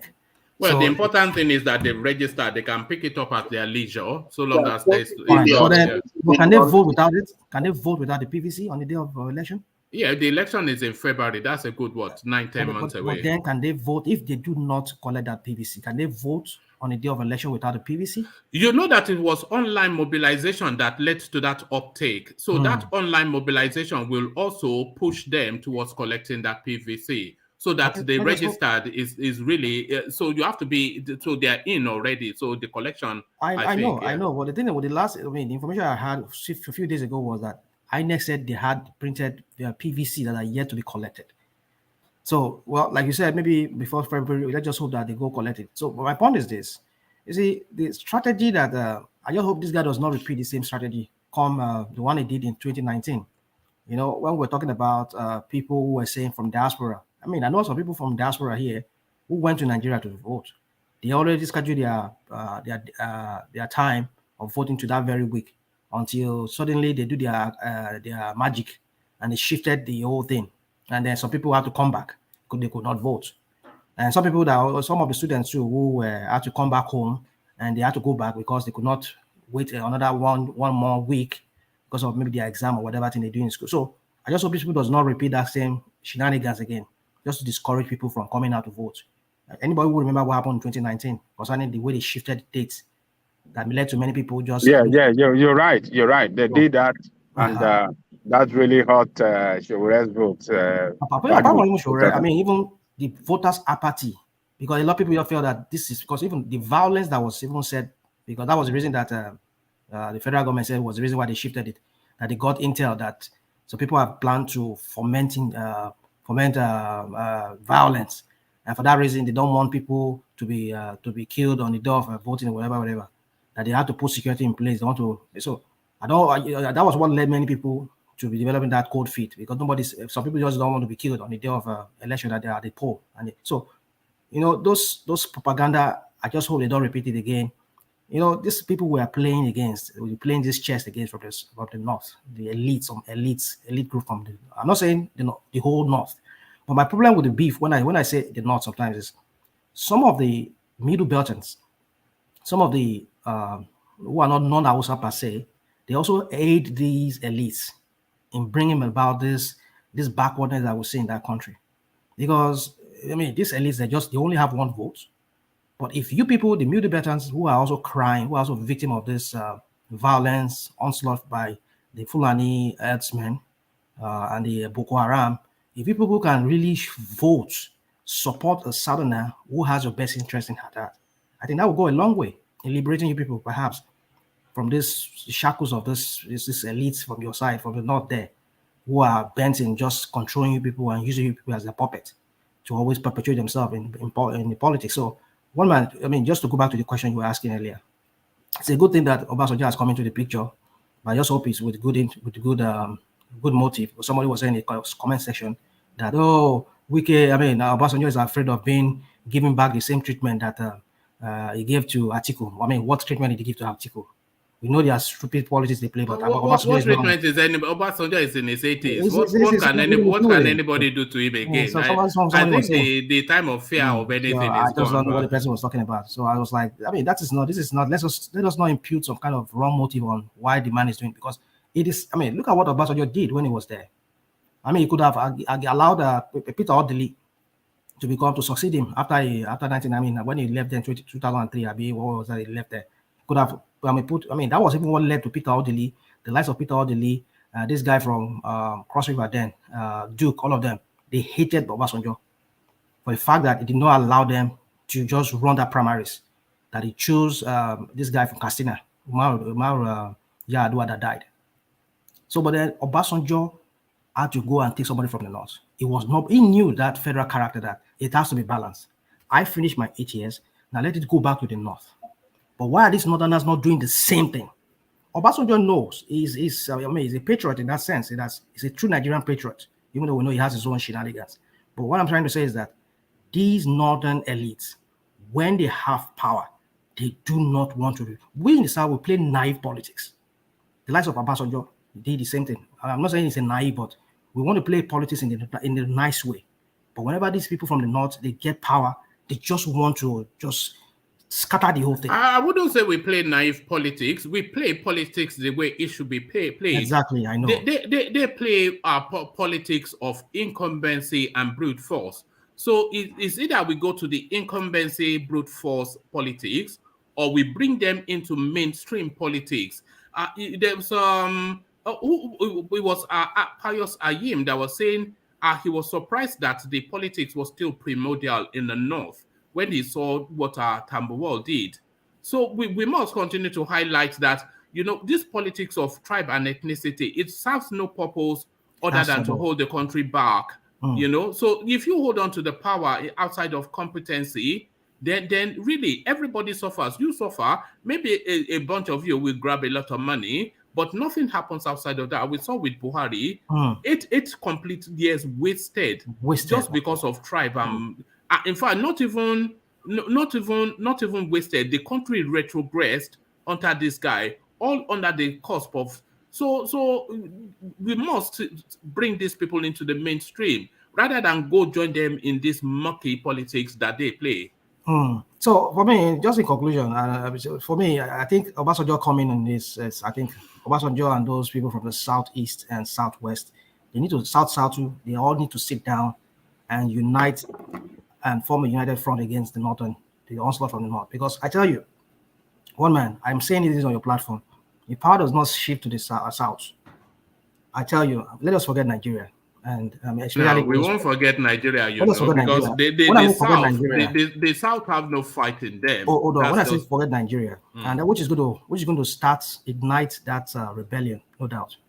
If the onslaught we're seeing from the north, the religious onslaught from the Boko Haram, and the Earth's economic hardship that these people are already causing their own region, are bringing down the south, the Earthsmen killing people, kidnapping people for ransom, and people don't want to go to their farm anymore because they don't want to be kidnapped, they don't have the money to pay. I mean, all this will be factors that will come to play in bringing about that rebellion, perhaps. But then the point is this: if they cannot fight, they cannot take a united front from the north against these people, their own clansmen, and use a rational way of solving this matter. We talk about this Earth's what certain governors were doing. This Earthsmen, I mean, I can't even really think right now. This policy, anti-grazing law, and do it in a way that developed countries do it. Ranches, put people in ranches and made them understand that this is 21st century, for goodness sake. This is 21st century. Enough of this your traditional way, because this is how Sena people live in a Sena society. You need a ranch. You have to be taxed. You need to know what is coming in. I mean, all these are the things that have to come in play. But if they still want to continue with this, their primordial, this their old style of things, we'll continue rolling on the same matter. but they don't want it. And we talk about constitutional review. Okay, let's just take the constitution. No, they don't want it. Let's restrict it. All right, that's a broader topic, but I know. What I'm trying to just say is this: you see, these people do not want. They just want the status quo. How long are we going to continue with this status quo? What is this guy going to come in to change ATIKU? If he doesn't address the main part, even right now, he's not even talking about security as such. Ordinarily, what we just talk about, he could not even take a stand against this. Is this the kind of person we're going to expect to fight Boko Haram or his own clansmen? So, one man, I think what Obasanjo is doing is just the right thing. Let him just come and we'll gather other people along with him and let him just form the united front. That's all I have to say. All right, brilliant. Thank you. Rational mind. Yeah. Rational mind. You don't want to blame. You don't want to blame our people as well for not even voting for one of their own at the primary. If we are the cause of this problem, instead of banging ATIKU that we don't want to vote for ATIKU, we cannot be the. We are the one that nominated ATIKU as the flag bearer. So what is the hue and cry we are crying for? We are the one. It's the Southerner that nominated ATIKU. I agree with you. So let us look. Let us blame ourselves for our failure. Blaming ourselves. That does not solve anything now. Does it solve anything? What is it going to solve? We should blame ourselves first. Blame our leaders for their failure instead of blaming the North or ATIKU. Hold on. All the northern leaders, all the southern majority of the southern leaders in the party went the way of ATIKU. So what are we talking? What are we talking about? Now, what we're talking about is this: enough of this blame game. We understand. The northern people have a way of this. We're always talking about this divide and rule. They have a way of dividing the South. Well, don't say they didn't divide the South. It is what the Southerner wants that prevail. That's the person that the Southerner. Yes. So all this laying claim to how do I say it?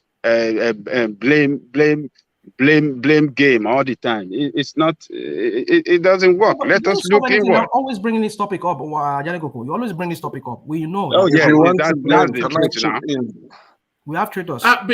Before you chip in, engineer, let me share this screen with you just to add some data to this conversation that Ajanle Koko is having with Rational Mind. So before you chip in, and thank you, Rational Mind, but I want to go on to engineer, but let me share this screen with you. This is Reno Omokri adding some flesh to what happened at the PDP. So it says, I have seen the state-by-state breakdown of delegates' votes at the just concluded PDP primaries. All 5 southeastern states voted for either a northerner or WIKE. Only one southeast state, Ebonyi, voted for a southeast aspirant, Ayim. So he then goes on to give us what he claims to be a breakdown. ATIKU won in Anambra and Imo. So Hopuzo Zema living up to his Fulani bill fully. So ATIKU won Anambra and Imo. WIKE won Abia and Enugu. Meanwhile, the Southeast has had the highest number of presidential aspirants in the People's Democratic Party with 3 aspirants. They initially had 4, but Peter Obi dropped out. Looking at the results of the votes in the Southeast, I begin to ask myself, who is marginalizing who? So there it is right there. So ATIKU won 2 states apparently in the Southeast, Anambra and Imo. This is Reno Omokri sharing this, what he claims to be inside knowledge. So what are you making of that? Let's go to engineer with that. What are you making of that, engineer? Yeah, greetings, one man, and greetings, everyone. Well, Rational Mind, something you need to understand here. With what one man just read, and also if you look at it, what during ATIKU's speech, I'll use this as an example for you to understand. Previous video one man posted, you can see an Igbo man by his right hand side with Igbo dressed. And you can see his left-hand side, a Yoruba man with a Yoruba outfit. So it's not only the issue of the Northerners, they are playing this and this and that. ATIKU is not the only one man in Nigeria. So things like this, you have to start questioning the Yoruba leaders in that sector. What is going on? Why are you selling your pride to others? So, but if you're saying is the Northerners, they play this and this and that, I will completely disagree with you. So things like this, you have to start from home. Charity begins at home. So when you talk about ATIKU or the Northerners are doing this, are doing that, no. I will absolutely disagree with you. That's all. Even in the South, where WIKE comes from, did they win all the states in the South? I mean, we should just stop all this blame game, man. Our mentality of no, you are the one playing blame game. This is our mentality of crying foul all the time when things does not go well for us. We should just stop it, man. All right, hold on, everyone. And Victor, please mute yourself. If I don't call you, keep yourself muted. It's only because it reverbs on the system, and then it's just this bouncing tone. Let's hear from Joel of the, is it Joel of the Nile or wherever you are, Joel from? Let's hear from you. So come in, yeah. Good morning. My name is Joel from Nashville, Tennessee. All right. In the United States. Okay. Now let's go down to the nitty-gritty of what happened. And I'm happy that we have mostly people from the South in this particular convo that we're having. Now, this is the thing. In 1999, everybody stepped down for the Yorubas because of what happened to Abiola. Fair and square, right? In that election, Obasanjo did not win his votes. The Southeast supported Obasanjo with over 70% of the votes, if not more. Then came Yaradua. He also got a lot of his votes from the Southeast. Then came Goodluck Jonathan. We all know what happened with Goodluck Jonathan in the 2 elections that he had. Now, when I was expecting that when this thing was coming back to the South, when they were saying South, the North, we are making the North look like they are monsters. The North are not monsters. We are our own problem in the South.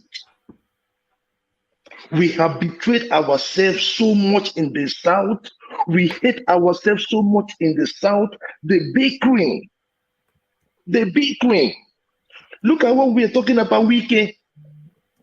WIKE ordinarily ought not to be in that election. He ought not to be in that election. And he is saying that some people in the South betrayed him. But you betrayed your own people. If WIKE said, okay, you know what? We are going to support Peter Obi from the Southeast. Peter Obi was popular. The issue of playing money politics, how can Peter Obi, I mean, if you look at what WIKE brought out for the presidential election, you'll be asking yourself, Rivers State people, they've not paid their pension, they've not paid their salaries. Where are you getting all this money you're donating? 20,000 per delegate. So let's conceptualize this. Let's tell ourselves the truth. In the South, we are not doing well. We betray. If this thing came to the South, you are talking about Anambra. WIKE went to Anambra and insulted their own son. Are you not following but that was politics, though. Was that not politics? It's the cut and thrust of politics, is cut and thrust. My brother, see, if you are going to even Ghana for, go there and speak on issues. When you start being personal, when you start attacking people's act and character, then you start having problems with certain people. So I can see the reason why Anambra went to WIKE. Now, what about Edo? You are having problem with what is his name? But that's his politics, though. It's a bombastic politician. That's both his strength and his weakness. It's a man. He doesn't hold back. Is that not what we want? A truth teller, somebody that tells you as it is. No. You can tell the truth and be respectful. That and you can also be forceful, and you can also be respectful. You know there are two WIKEs. Before Brandy and after Brandy, but it's also about in most instances when we hear from him it's after Brandy. That is the thing, right? That is the reason why Oju Zokalo is following Ahmad Lawan, because Oju Zokalo said if the South are coming out and the Southwest are coming out, then let me go back to the North. Let me go and support someone from the North. So that is what made everybody like this election, like everybody in the South, nobody is talking to each other, no cohesion. Osinbajo is doing his 7 years after Obasanjo. What is the Southwest doing there? Come on now, Moku share and small. Are you saying the Southwest should not be in play? Oh, no. They should not be in play. They should be supporters. I supported that guy that said Tinubu should have been a kingmaker because he has seen the picture. I knew right from time. Let me tell you, Buhari will consider Amechi before Tinubu. Mark my words. Mark my words somewhere. I knew that Tinubu wasn't going nowhere. Tinubu, look, let me tell you, I stayed in Lagos when I was in Nigeria. Let me tell you. Under Tinubu, right? We did not get the best, but again, if you were in Lagos there, you will know that he was having problem with Obasanjo. So Obasanjo did not release a lot of cash. Did not release cash to him. Tinubu mobilized. That was them. They started the local taxing, everything. The state was running. Tinubu was engaging in development. I mean, at least he did some development because I still think that Lagos State is still a glorified village. But I mean, it's still really? It's a glorified village. Oh yes, it's better than Nashville. Lagos is better than Nashville. What are you talking about? What? Lagos State is better than Nashville. My brother, I can open water now. No. I should open water now. Water go pour. I should go back now. Pour shower. If you do for Lagos too now, you have to dig borehole. You dig borehole. From there. So, but you understand where I'm coming from. Yeah. So that's the thing. Let us. I don't want to take so much of the time. Let other people put their mouth. But I am in the background. Thank you very much. All right, good to hear from you, Joel of Nashville. Join us just as often as you can because you have a strong voice and we like the way you express it. Engineer, interject. Then I'll go to Baba Akure so that every voice is heard. Interject. But why? What are you drinking alcohol at work? What? Show me that glass. It's apple juice and it's finished. All right. Okay, carry on. Yeah. Thanks, my brother Joel. God bless you. I'm really proud of you, bro. You see, one of the problems we are having here. You see, most of the guys from the Southerners in this platform, they do come to this platform. They don't want to accept it. Rather, they will keep putting a blame. And thank God we have someone like you, and thank God we have someone like Ajale Kuko that has been telling them the truth, which they don't want to listen. Imagine some time ago we have, is it 17 or 19 state governors from the South and Southeast or South. They had a meeting. Among them, one of them, he has to leak the secret. So this is how to tell you, we can never stand united. Never. And if I keep saying it, some people will be thinking, oh, that you're trying to accuse the Yorubas or try to accuse the Igbos. And now we'll keep repeating it, whether we like it or not. The day Yoruba and Igbo come together as one, that's the day Nigeria will become good. Otherwise, forget it. I will keep repeating this thing. Engineer, because you made I always say this. I asked myself, when I was staying in Lagos State, my mom usually traveled to Italy to buy Italian shoe, and we sell in the market. We mingle. My landlord was a Yoruba woman. That was the time my dad died, you know, and my mom was having issues. My landlord did not take rent from my mom for 2 years. Look, let me tell you, in the streets, we mingle. Wow. We talk. Look at all of us. We mingle. We enjoy ourselves in the streets. What is it that when we come to that upper side, we clash? Remember, oh, you're a Yoruba man. I'm an Igbo man. Exactly. What are we fighting for? We have developed each other more than any place in Nigeria. Oh. We have developed each other. Go to Lagos. It's a lot of things. I do not care who says Lagos is no man's land. I believe Lagos has indigenous. People own Lagos. So some people make those kind of strict statements. I will be like that, please. Shut up. Just shut it. People own Lagos State. But I appreciate those people that came and, you know, instead of living in the bush, they went and bought a land in Lekki. They went and bought a land in VI, and they are contributing to the economy. Some of our brothers in the north, when they come, they go live in the bush.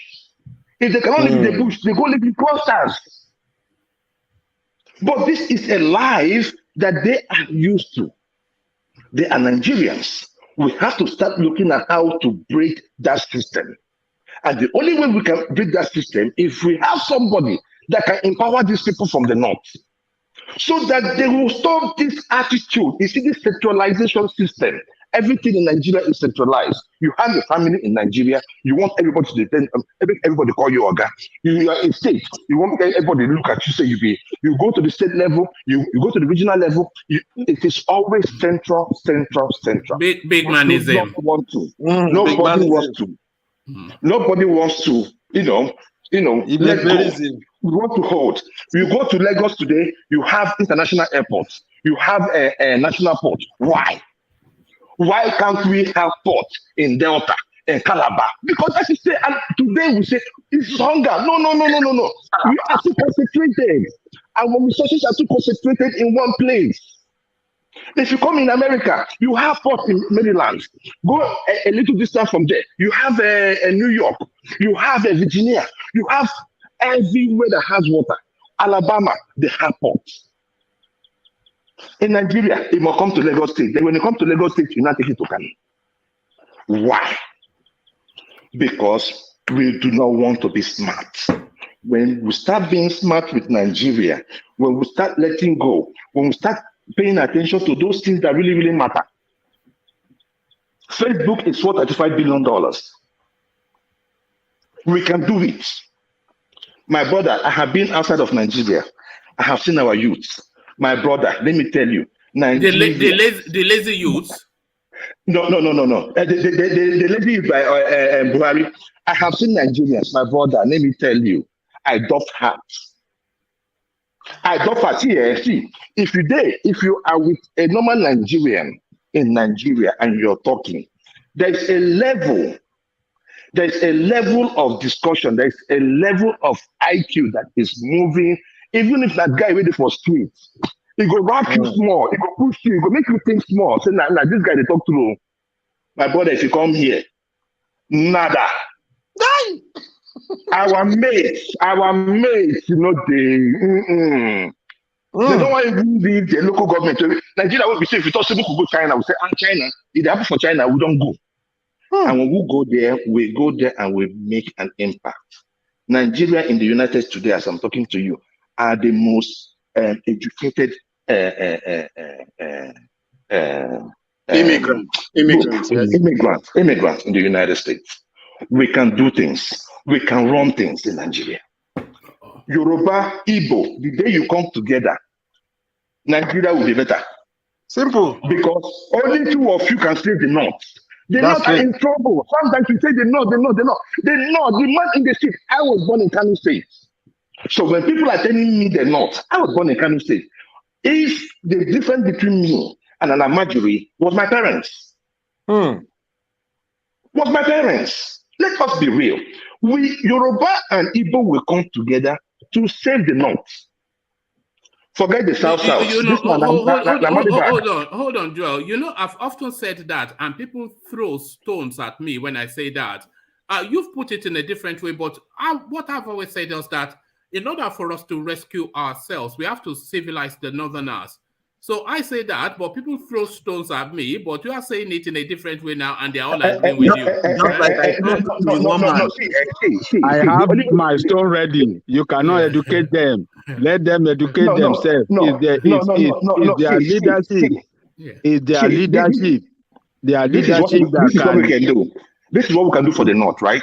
For the people that are above 20, 25, 30, those ones are already gone, right? Because they're already gone. So do you know what we can do with those? They can still, education shouldn't be the only way people should earn a living. Education should not be the only way we start respecting people.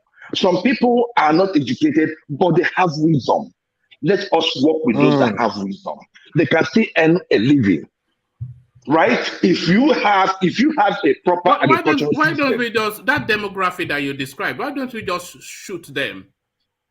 Shoot them? No, you cannot shoot. You cannot kill them because they're part of you. Right. You cannot kill them because they're part of you. And I mean, it's not going to be an option. Don't listen to one man. And then we'll start from the lower ones that we can. One man. Can I just interject, my brother here, please? Go ahead. All right. Thank you, Joel. Interject briefly, but I want to go to Baba Akure and then come to you. So if you want to wait for me to come to you, or you interject now. Okay, one man. Good afternoon, and good afternoon to everybody. This is, as you know, this is here in Ghana, my brother. Flood is killing us here. We are suffering. You people should pray for us. I said it on the comment section the other day. Nobody responded. Nobody even shared or pitied me, though. But you see, the brother that just spoke last. Joel of Nashville. Nashville, yes. He nailed it. But I would tell you that for how long, if at all, that the West, the South will come together, for how long are we going to come together to help these people? Because, they dragged Nigeria. Nigeria is supposed to get independence before Ghana. It was because of the backwardness of the same particular region that made Nigeria to remain, and Ghana became independent before Nigeria. It dragged for 2 times or 3 times before they now decided on what to do, how to help them, that you cannot hold us down while other people are going. Till today, for how long? I'm asking you, brother Joel, for how long are you going to do that to a people? Is it not when someone who is in the hole that raises his or her hand up, that the people on the top will begin to look for a way to raise them? You are in a hole. You practice a system of government that makes you to be in a hole. And when people begin, your hands are tied with you. How will people from the top raise you up? Joel, my brother. All right. Joel, I address that just briefly, just because of the pressure of time. I will address that issue. It's simple, right? What we have not had in Nigeria is a consistency in policy. The Goodluck Ebele Jonathan came up with the Amajiri system, right? What happened after he left? They threw it away. That is the thing. Who threw it away? A person from the north. Understand this. The elites, I said in the north, everywhere you go, they want to have a big man, then you have the poor ones crawling. My brother, if you don't know, you don't know. The problem in the north is poverty. My brother, when you don't have money, I was in Nigeria. When you don't have money, my brother, you lost everything. I lived there too. I lived there for almost 18, 19 years before I left. 18, 19 years. Okay, yeah. So you understand what I'm saying? So the thing there is that we've not been consistent. What we have to do is this. When I'm saying that we should help the north, who are not consistent, and I'll go straight to the point. Who are not consistent? We are not consistent. We are not consistent. Who are those people not consistent? The people that are not consistent are the leaders. Because whenever you want to do something, yeah, the northern leaders. The northern leaders. Yes. So that's why I said, if we have an agricultural program, those ones that are from 20 upwards, they should get engaged. If those ones go out and work and they make money, if they can make enough money to feed themselves, to live in a house, they will stop listening to these people. Let me tell you, even in the United States today, you go to the projects. Who are mostly those in the project? African Americans. Every year, every 4 years, they come and they give them the carrot of what? Oh, racism. They're going to kill you. Police brutality. This and this, right? But they are not telling them about the death they are having in the hood, like in the place like Chicago, Maryland. When you talk about that, the crimes they are committing on the street, tell them the truth. No, because they need their vote. So they want to keep them in chains. Every 4 years, the African American who love to vote, the Republican, most of them. Unless you start thinking out of the box. And when you start thinking out of the box, you have to be empowered. If we empower these guys, let me tell you, you see this northern youth you are seeing, if we empower them for close to 16 years straight, and they are able to get their stuff, they will always do for that person that gave them sugar. Trust me. If those leaders come to tell them, start telling them about, going back to that life again, they will say no. They're not suffering. All right, thank you, Joe. Thank so you. For pressure of time, let me go on to Baba Akure, who joins us under his new moniker now, Achenisere. So Baba Akure, so you've heard the conversation, but when we really were was on who, because the names are now coming together for a selection to be made as to who runs as ATIKU's running mate. So EMEKA, EHIDIOHA thrown into the paradigm, but all of the names, they're Southeastern, with the Yemi Osinbajo from the South keeping it honest. So that it looks as though that space is going to the Southeast. But should it, by your reckoning, because he has run severally, ATIKU, always gone to the Southeast, Ben Obi, then Peter Obi, so there's no Obi in play now, but he's still staying with the Southeast. Is it remiss to be staying in that region that has never brought him any joy? And if he is, then is EMEKA, EHIDIOHA, the new paradigm now, the best, the one with the golden fleece that it should pivot to? So EMEKA, EHIDIOHA in play for ATIKU's vice presidential slot. Baba Akure. Good morning, good afternoon, wherever you are. It is still morning here, 11:30 to be precise. Anyway, I think ATIKU or PDP, I think they are making mistake. Though I could be wrong, but the way I see it, I think it would have been better for him to pick WIKE, because it seems to me that WIKE is more relevant than even talking of this guy from Kwara, Saraki. So WIKE is even more relevant, is even stronger than most of these people at this moment. And I think if ATIKU could pick up WIKE as his running mate, I think he's going to have a better chance than EHIDIOHA. I know that EHIDIOHA was, I think he was deputy speaker of House of Reps sometimes back, but if his name is not really relevant these days, because it has been a long time that I heard about him. So I think WIKE will be the best person for ATIKU. That is my take on that. And I want to briefly chip into what Joel in Nashville mentioned, as stated, where what he said, I think I agree with what he said, but that is in theory, but in practical, it cannot work. I'm very sorry to disappoint you, because the way it has been there, that has been at their culture. Even before Nigeria is formed, it has been their culture to be submissive. If you look at why the British gave them power, if you read about history of Nigeria, you will know because they are so submissive. And it is not issue of 1970. It's not issue of, we are talking of 1960, even way back.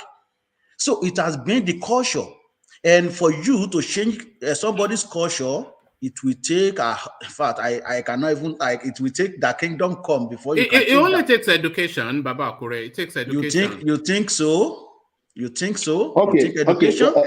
and let me just answer that one really, really short, right? On that particular one, right? You know, I was making a point, right? When I said that we give them 16 years. If we take those ones that are from 2025 up and put them in the farms, we make sure that there's an emergency on education for the little ones that are coming up. We can get it right. Look, let me tell you, the idea of the northern elite, we should always understand that our problem is not the northern citizens. Our problem is the northern elites. The ordinary ones in the street, they don't know. That is why when they come, what they know is what they are doing. You cannot do what you are capable of doing. What you know, that's where you see that they sell. Now, what did the go feed do?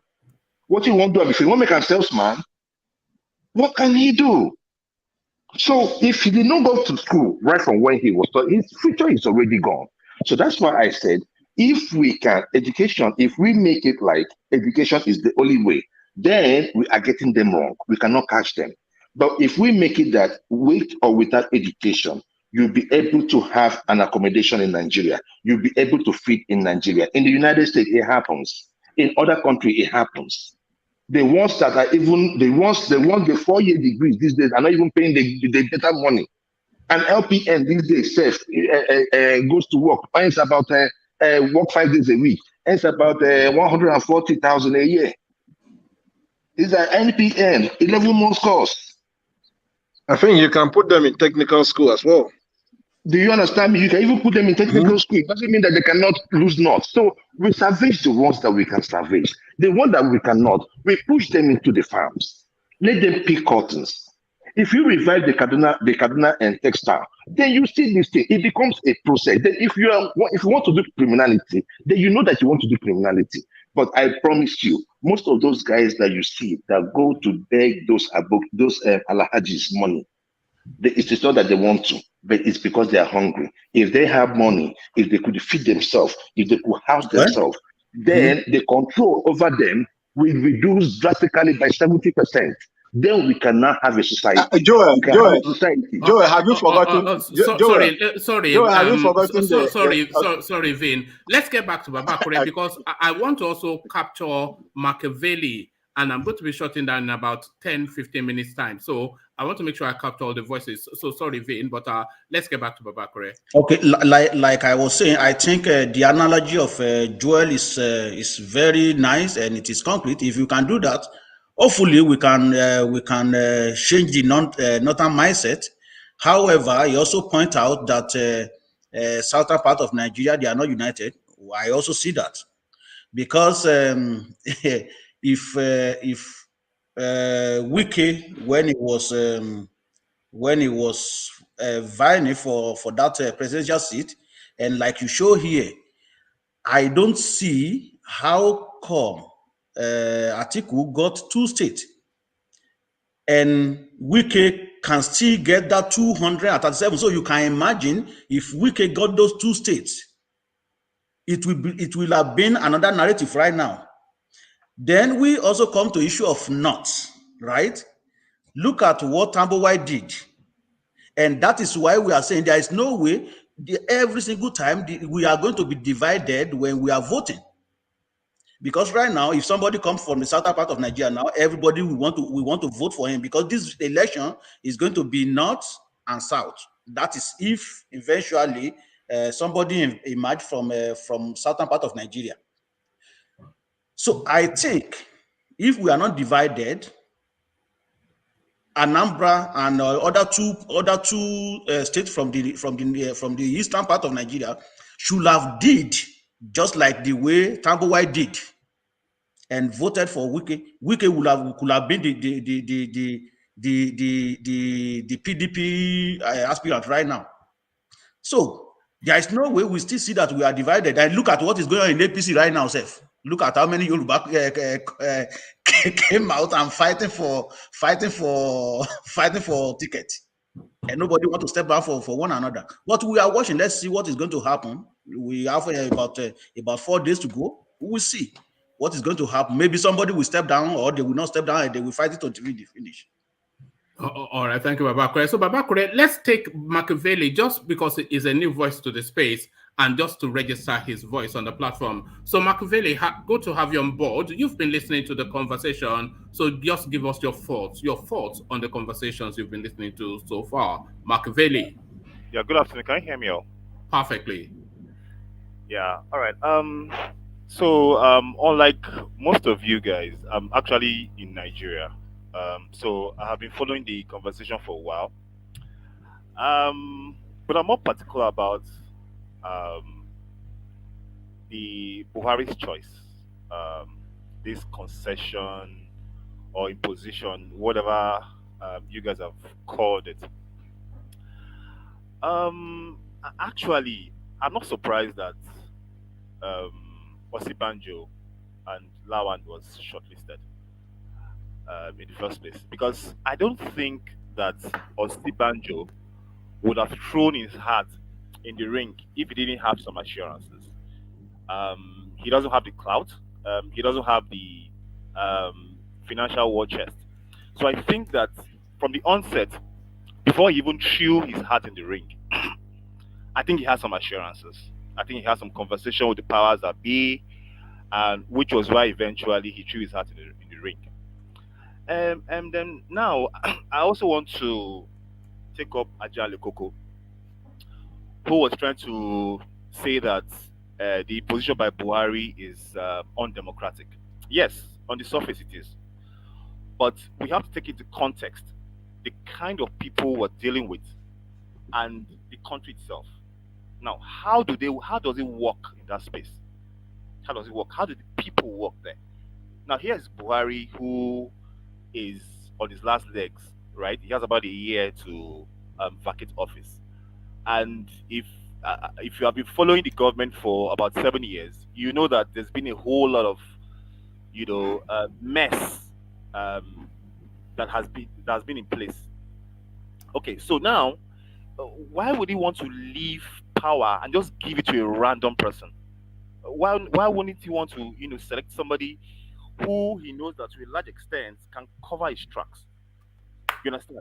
So while on the surface, what he's trying to do is undemocratic, but even if we look at it, it's actually the norm. That's what all the governors do. And why do they do that? Simple. You want somebody to cover your tracks. You don't want someone to expose you, which was why Obasanjo did the same thing. So what am I trying to say is that if any of the protagonists, the so-called aspirants who have, invested time, resources, and all of that, were in the same shoes as Buhari, they would have done exactly the same thing. So in that context, what Buhari is doing is apt. So if this had played out probably in the US or in the UK, then we can dwell in and say, oh, this is undemocratic. I mean, this is not supposed to be. But that is how it works there. That's the norm. That's what each and every one of them would have done if they were in his shoes. So I don't have any issue with Buhari. The only issue I have is that having spent 8 years, for the part to have spent 8 years in the north, there shouldn't have been any discussion about the power remaining in the north. There shouldn't be a conversation about that, which is why I don't even want to wade into the Abubakar's running mate. As far as I'm concerned, Abubakar is not even in my thoughts. I don't care about what he does. I don't care about who is running mates. I don't care. He shouldn't. Well, he's in play though, so you should care. And is a strong operator. He's a very powerful man.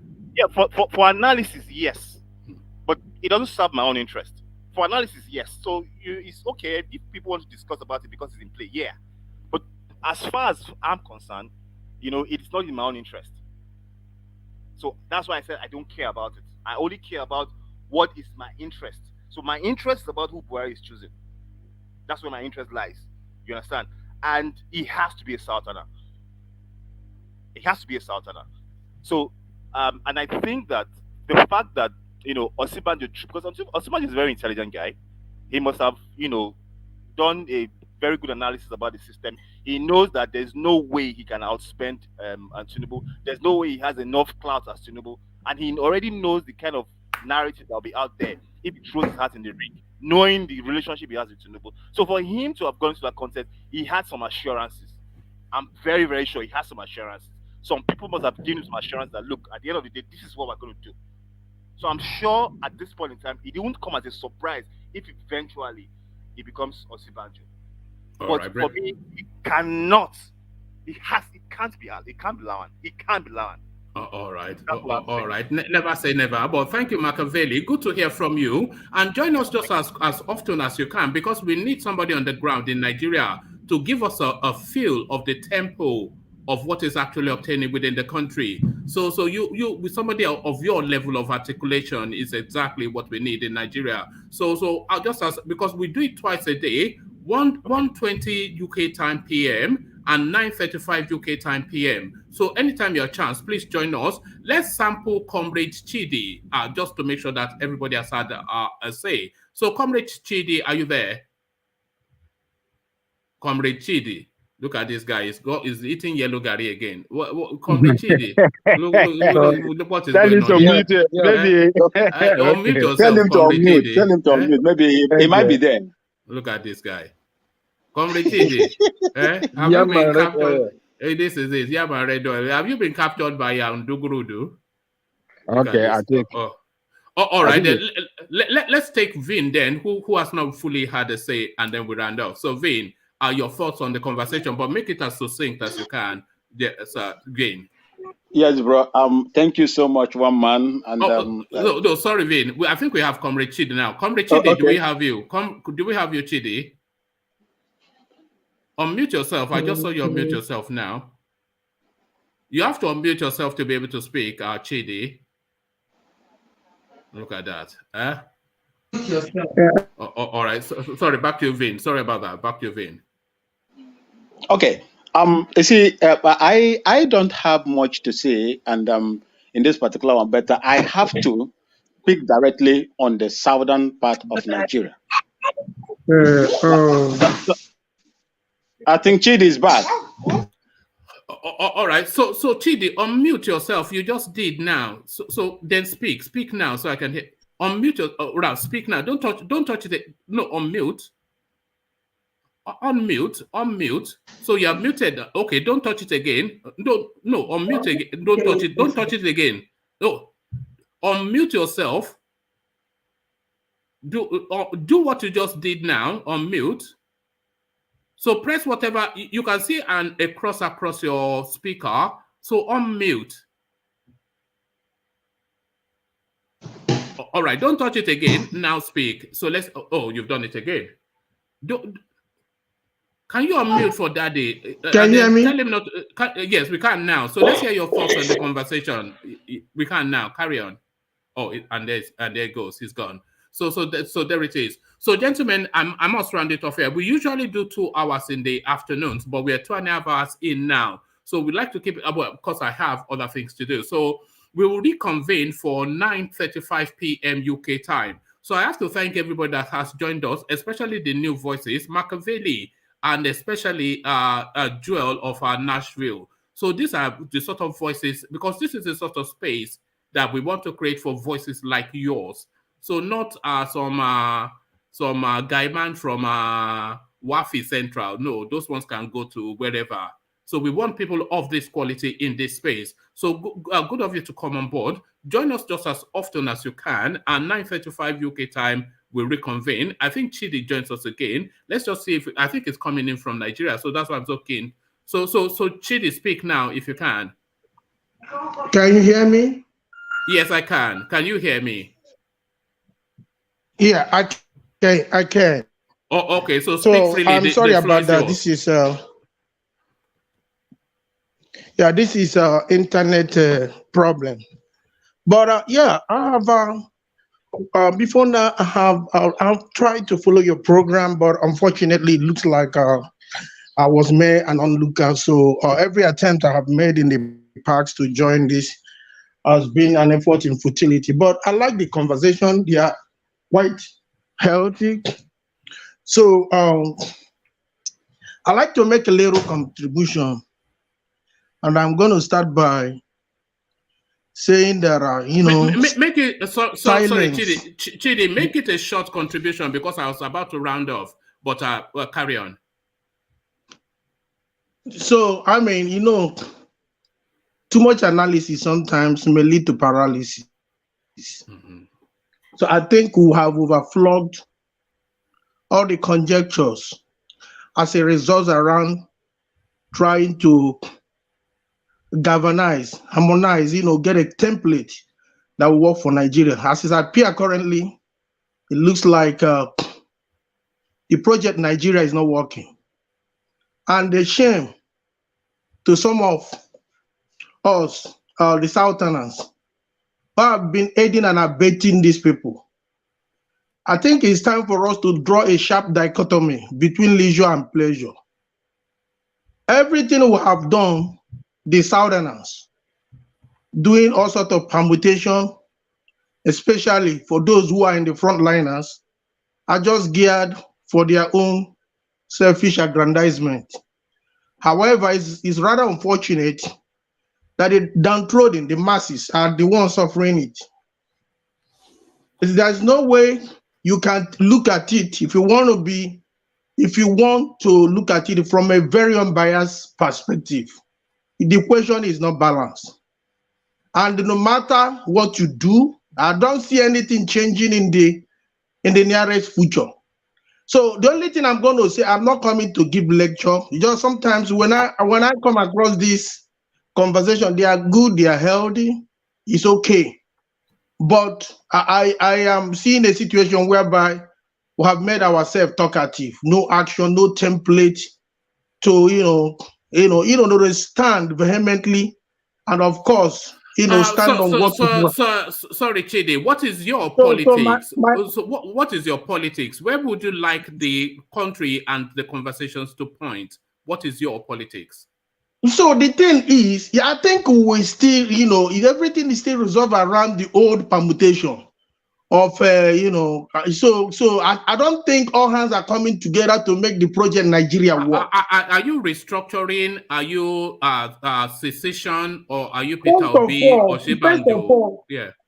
So first of all, if you want me to, if you really want us to dissect the whole thing, first, I'm going to say not fully, because I want to shut down soon, but in a short, succinct I guess maybe I'm coming too late because I like to make these contributions. Maybe I'm going to target your next programs and I'll come because I think, yes, maybe restructuring can be a way forward because the 1999 Constitution is a disaster. You understand? And these people have leverage on that to, institutionalize impoverishment. You understand, the lives of Nigeria. So maybe we'll start from there. Honestly, I'm sorry. It's not working. And when something is not working, it will amount to effort in futility. So it doesn't matter what I say. Nothing is changing. All right. Thank you, Chidi. It's good to document your voice, and I'm glad that I did because it's a strong and potent voice. Strong, potent voices is what we want to hear. So thank you, Chidi, and thank you, everyone. So Chidi, if you're available for 9:35, and I think we're on the same timeline now, and Nigeria and the UK. So if you're available for 9:35 UK time, then avail yourself, and then you can expand more on those thoughts that you seem to hold. I wouldn't know what I wouldn't know what is UK time. I live in Texas, so I use Central in America. Time. Oh, right, God! I thought you were in Nigeria because of the on and off light and the dodgy. No, then America don't if you subscribe, they don't have internet in America anyway. So what? If you subscribe, are you still using dial-up? Are you still doing dial-up in America? Oh, come on, one man. America is far ahead of your colonial people in Britain. So I think it's going to be around 4:25. It's going to be 4:25 Texas time. So if you subscribe, you will get the notification. And, okay. So the thing is that PM. I've been here for a while. I'm a US citizen, but the thing is, I started this thing in Nigeria, the likes of Showere we did. I attended Lagos State University, and I was a strong non-skater, activist. So I've been championing this cause, but somehow nomenclature, everything, kind of changed, and I found myself here. But I have been watching with keen interest, and I saw that it was even a little bit. Yes, it was even better. Even while, like, I attended Lagos State University, and I fought for free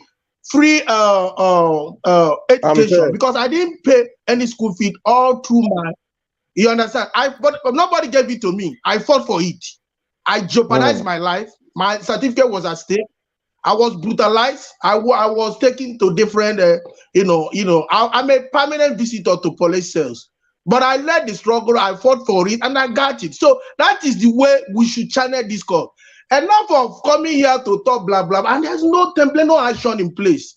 And I understand, because it is better to live for something than living for nothing. The reason why some of us are not reluctant throwing our weight in such a healthy conversation like this is because you remember what Abraham Lincoln says, that those, whom in time of social, economy, political brouhaha, maintain their neutrality. So I would say I'm clamoring for change. And now I see things like this, all this, avalanche of madness going on, and I wouldn't want to make contribution. I can only lend my voice, but you remember also that leadership is all about followership. If I lead, somebody have to follow. And if you're counting how much you have in bar, what you stand to lose. All right, Chidi. Thank you. You should take up a career in politics because you hey, certainly Chidi, have the skills. it'd be good you come back in the afternoon. Yes, I must round up. So I'm not shutting you down, but I must round. I should have already, but I can't. Chidi, come back in the evening. So I'll give the final word to Alexander Gomez, who speaks to us via Super Chat. It says, and it's to that space that Joel was so eloquently painting about Lagos State. It says that's when he super chatted this in the middle of Joel's contribution. It says that's the beauty of Lagos, the most accommodating people in Nigeria by a country mile. If only Nigerians had the cosmopolitan mindset of Lagosians. So that's really the report that everybody has of Lagos. That is the beauty of Lagos, the most accommodating people in Nigeria by a country mile. If only Nigerians had the cosmopolitan mindset of Lagosians. So Operation Lagos, Tinubu wants to turn Nigeria into Lagos, so perhaps Nigerians will have that mindset. One man, before you shut up, is Joel related to Rational Mind? Just ask him because he was born in Kano. No. But Rational Mind is a Fulani man now, as we know. But the Rational Mind is a Fulani, Ijo, Igbo, Yoruba.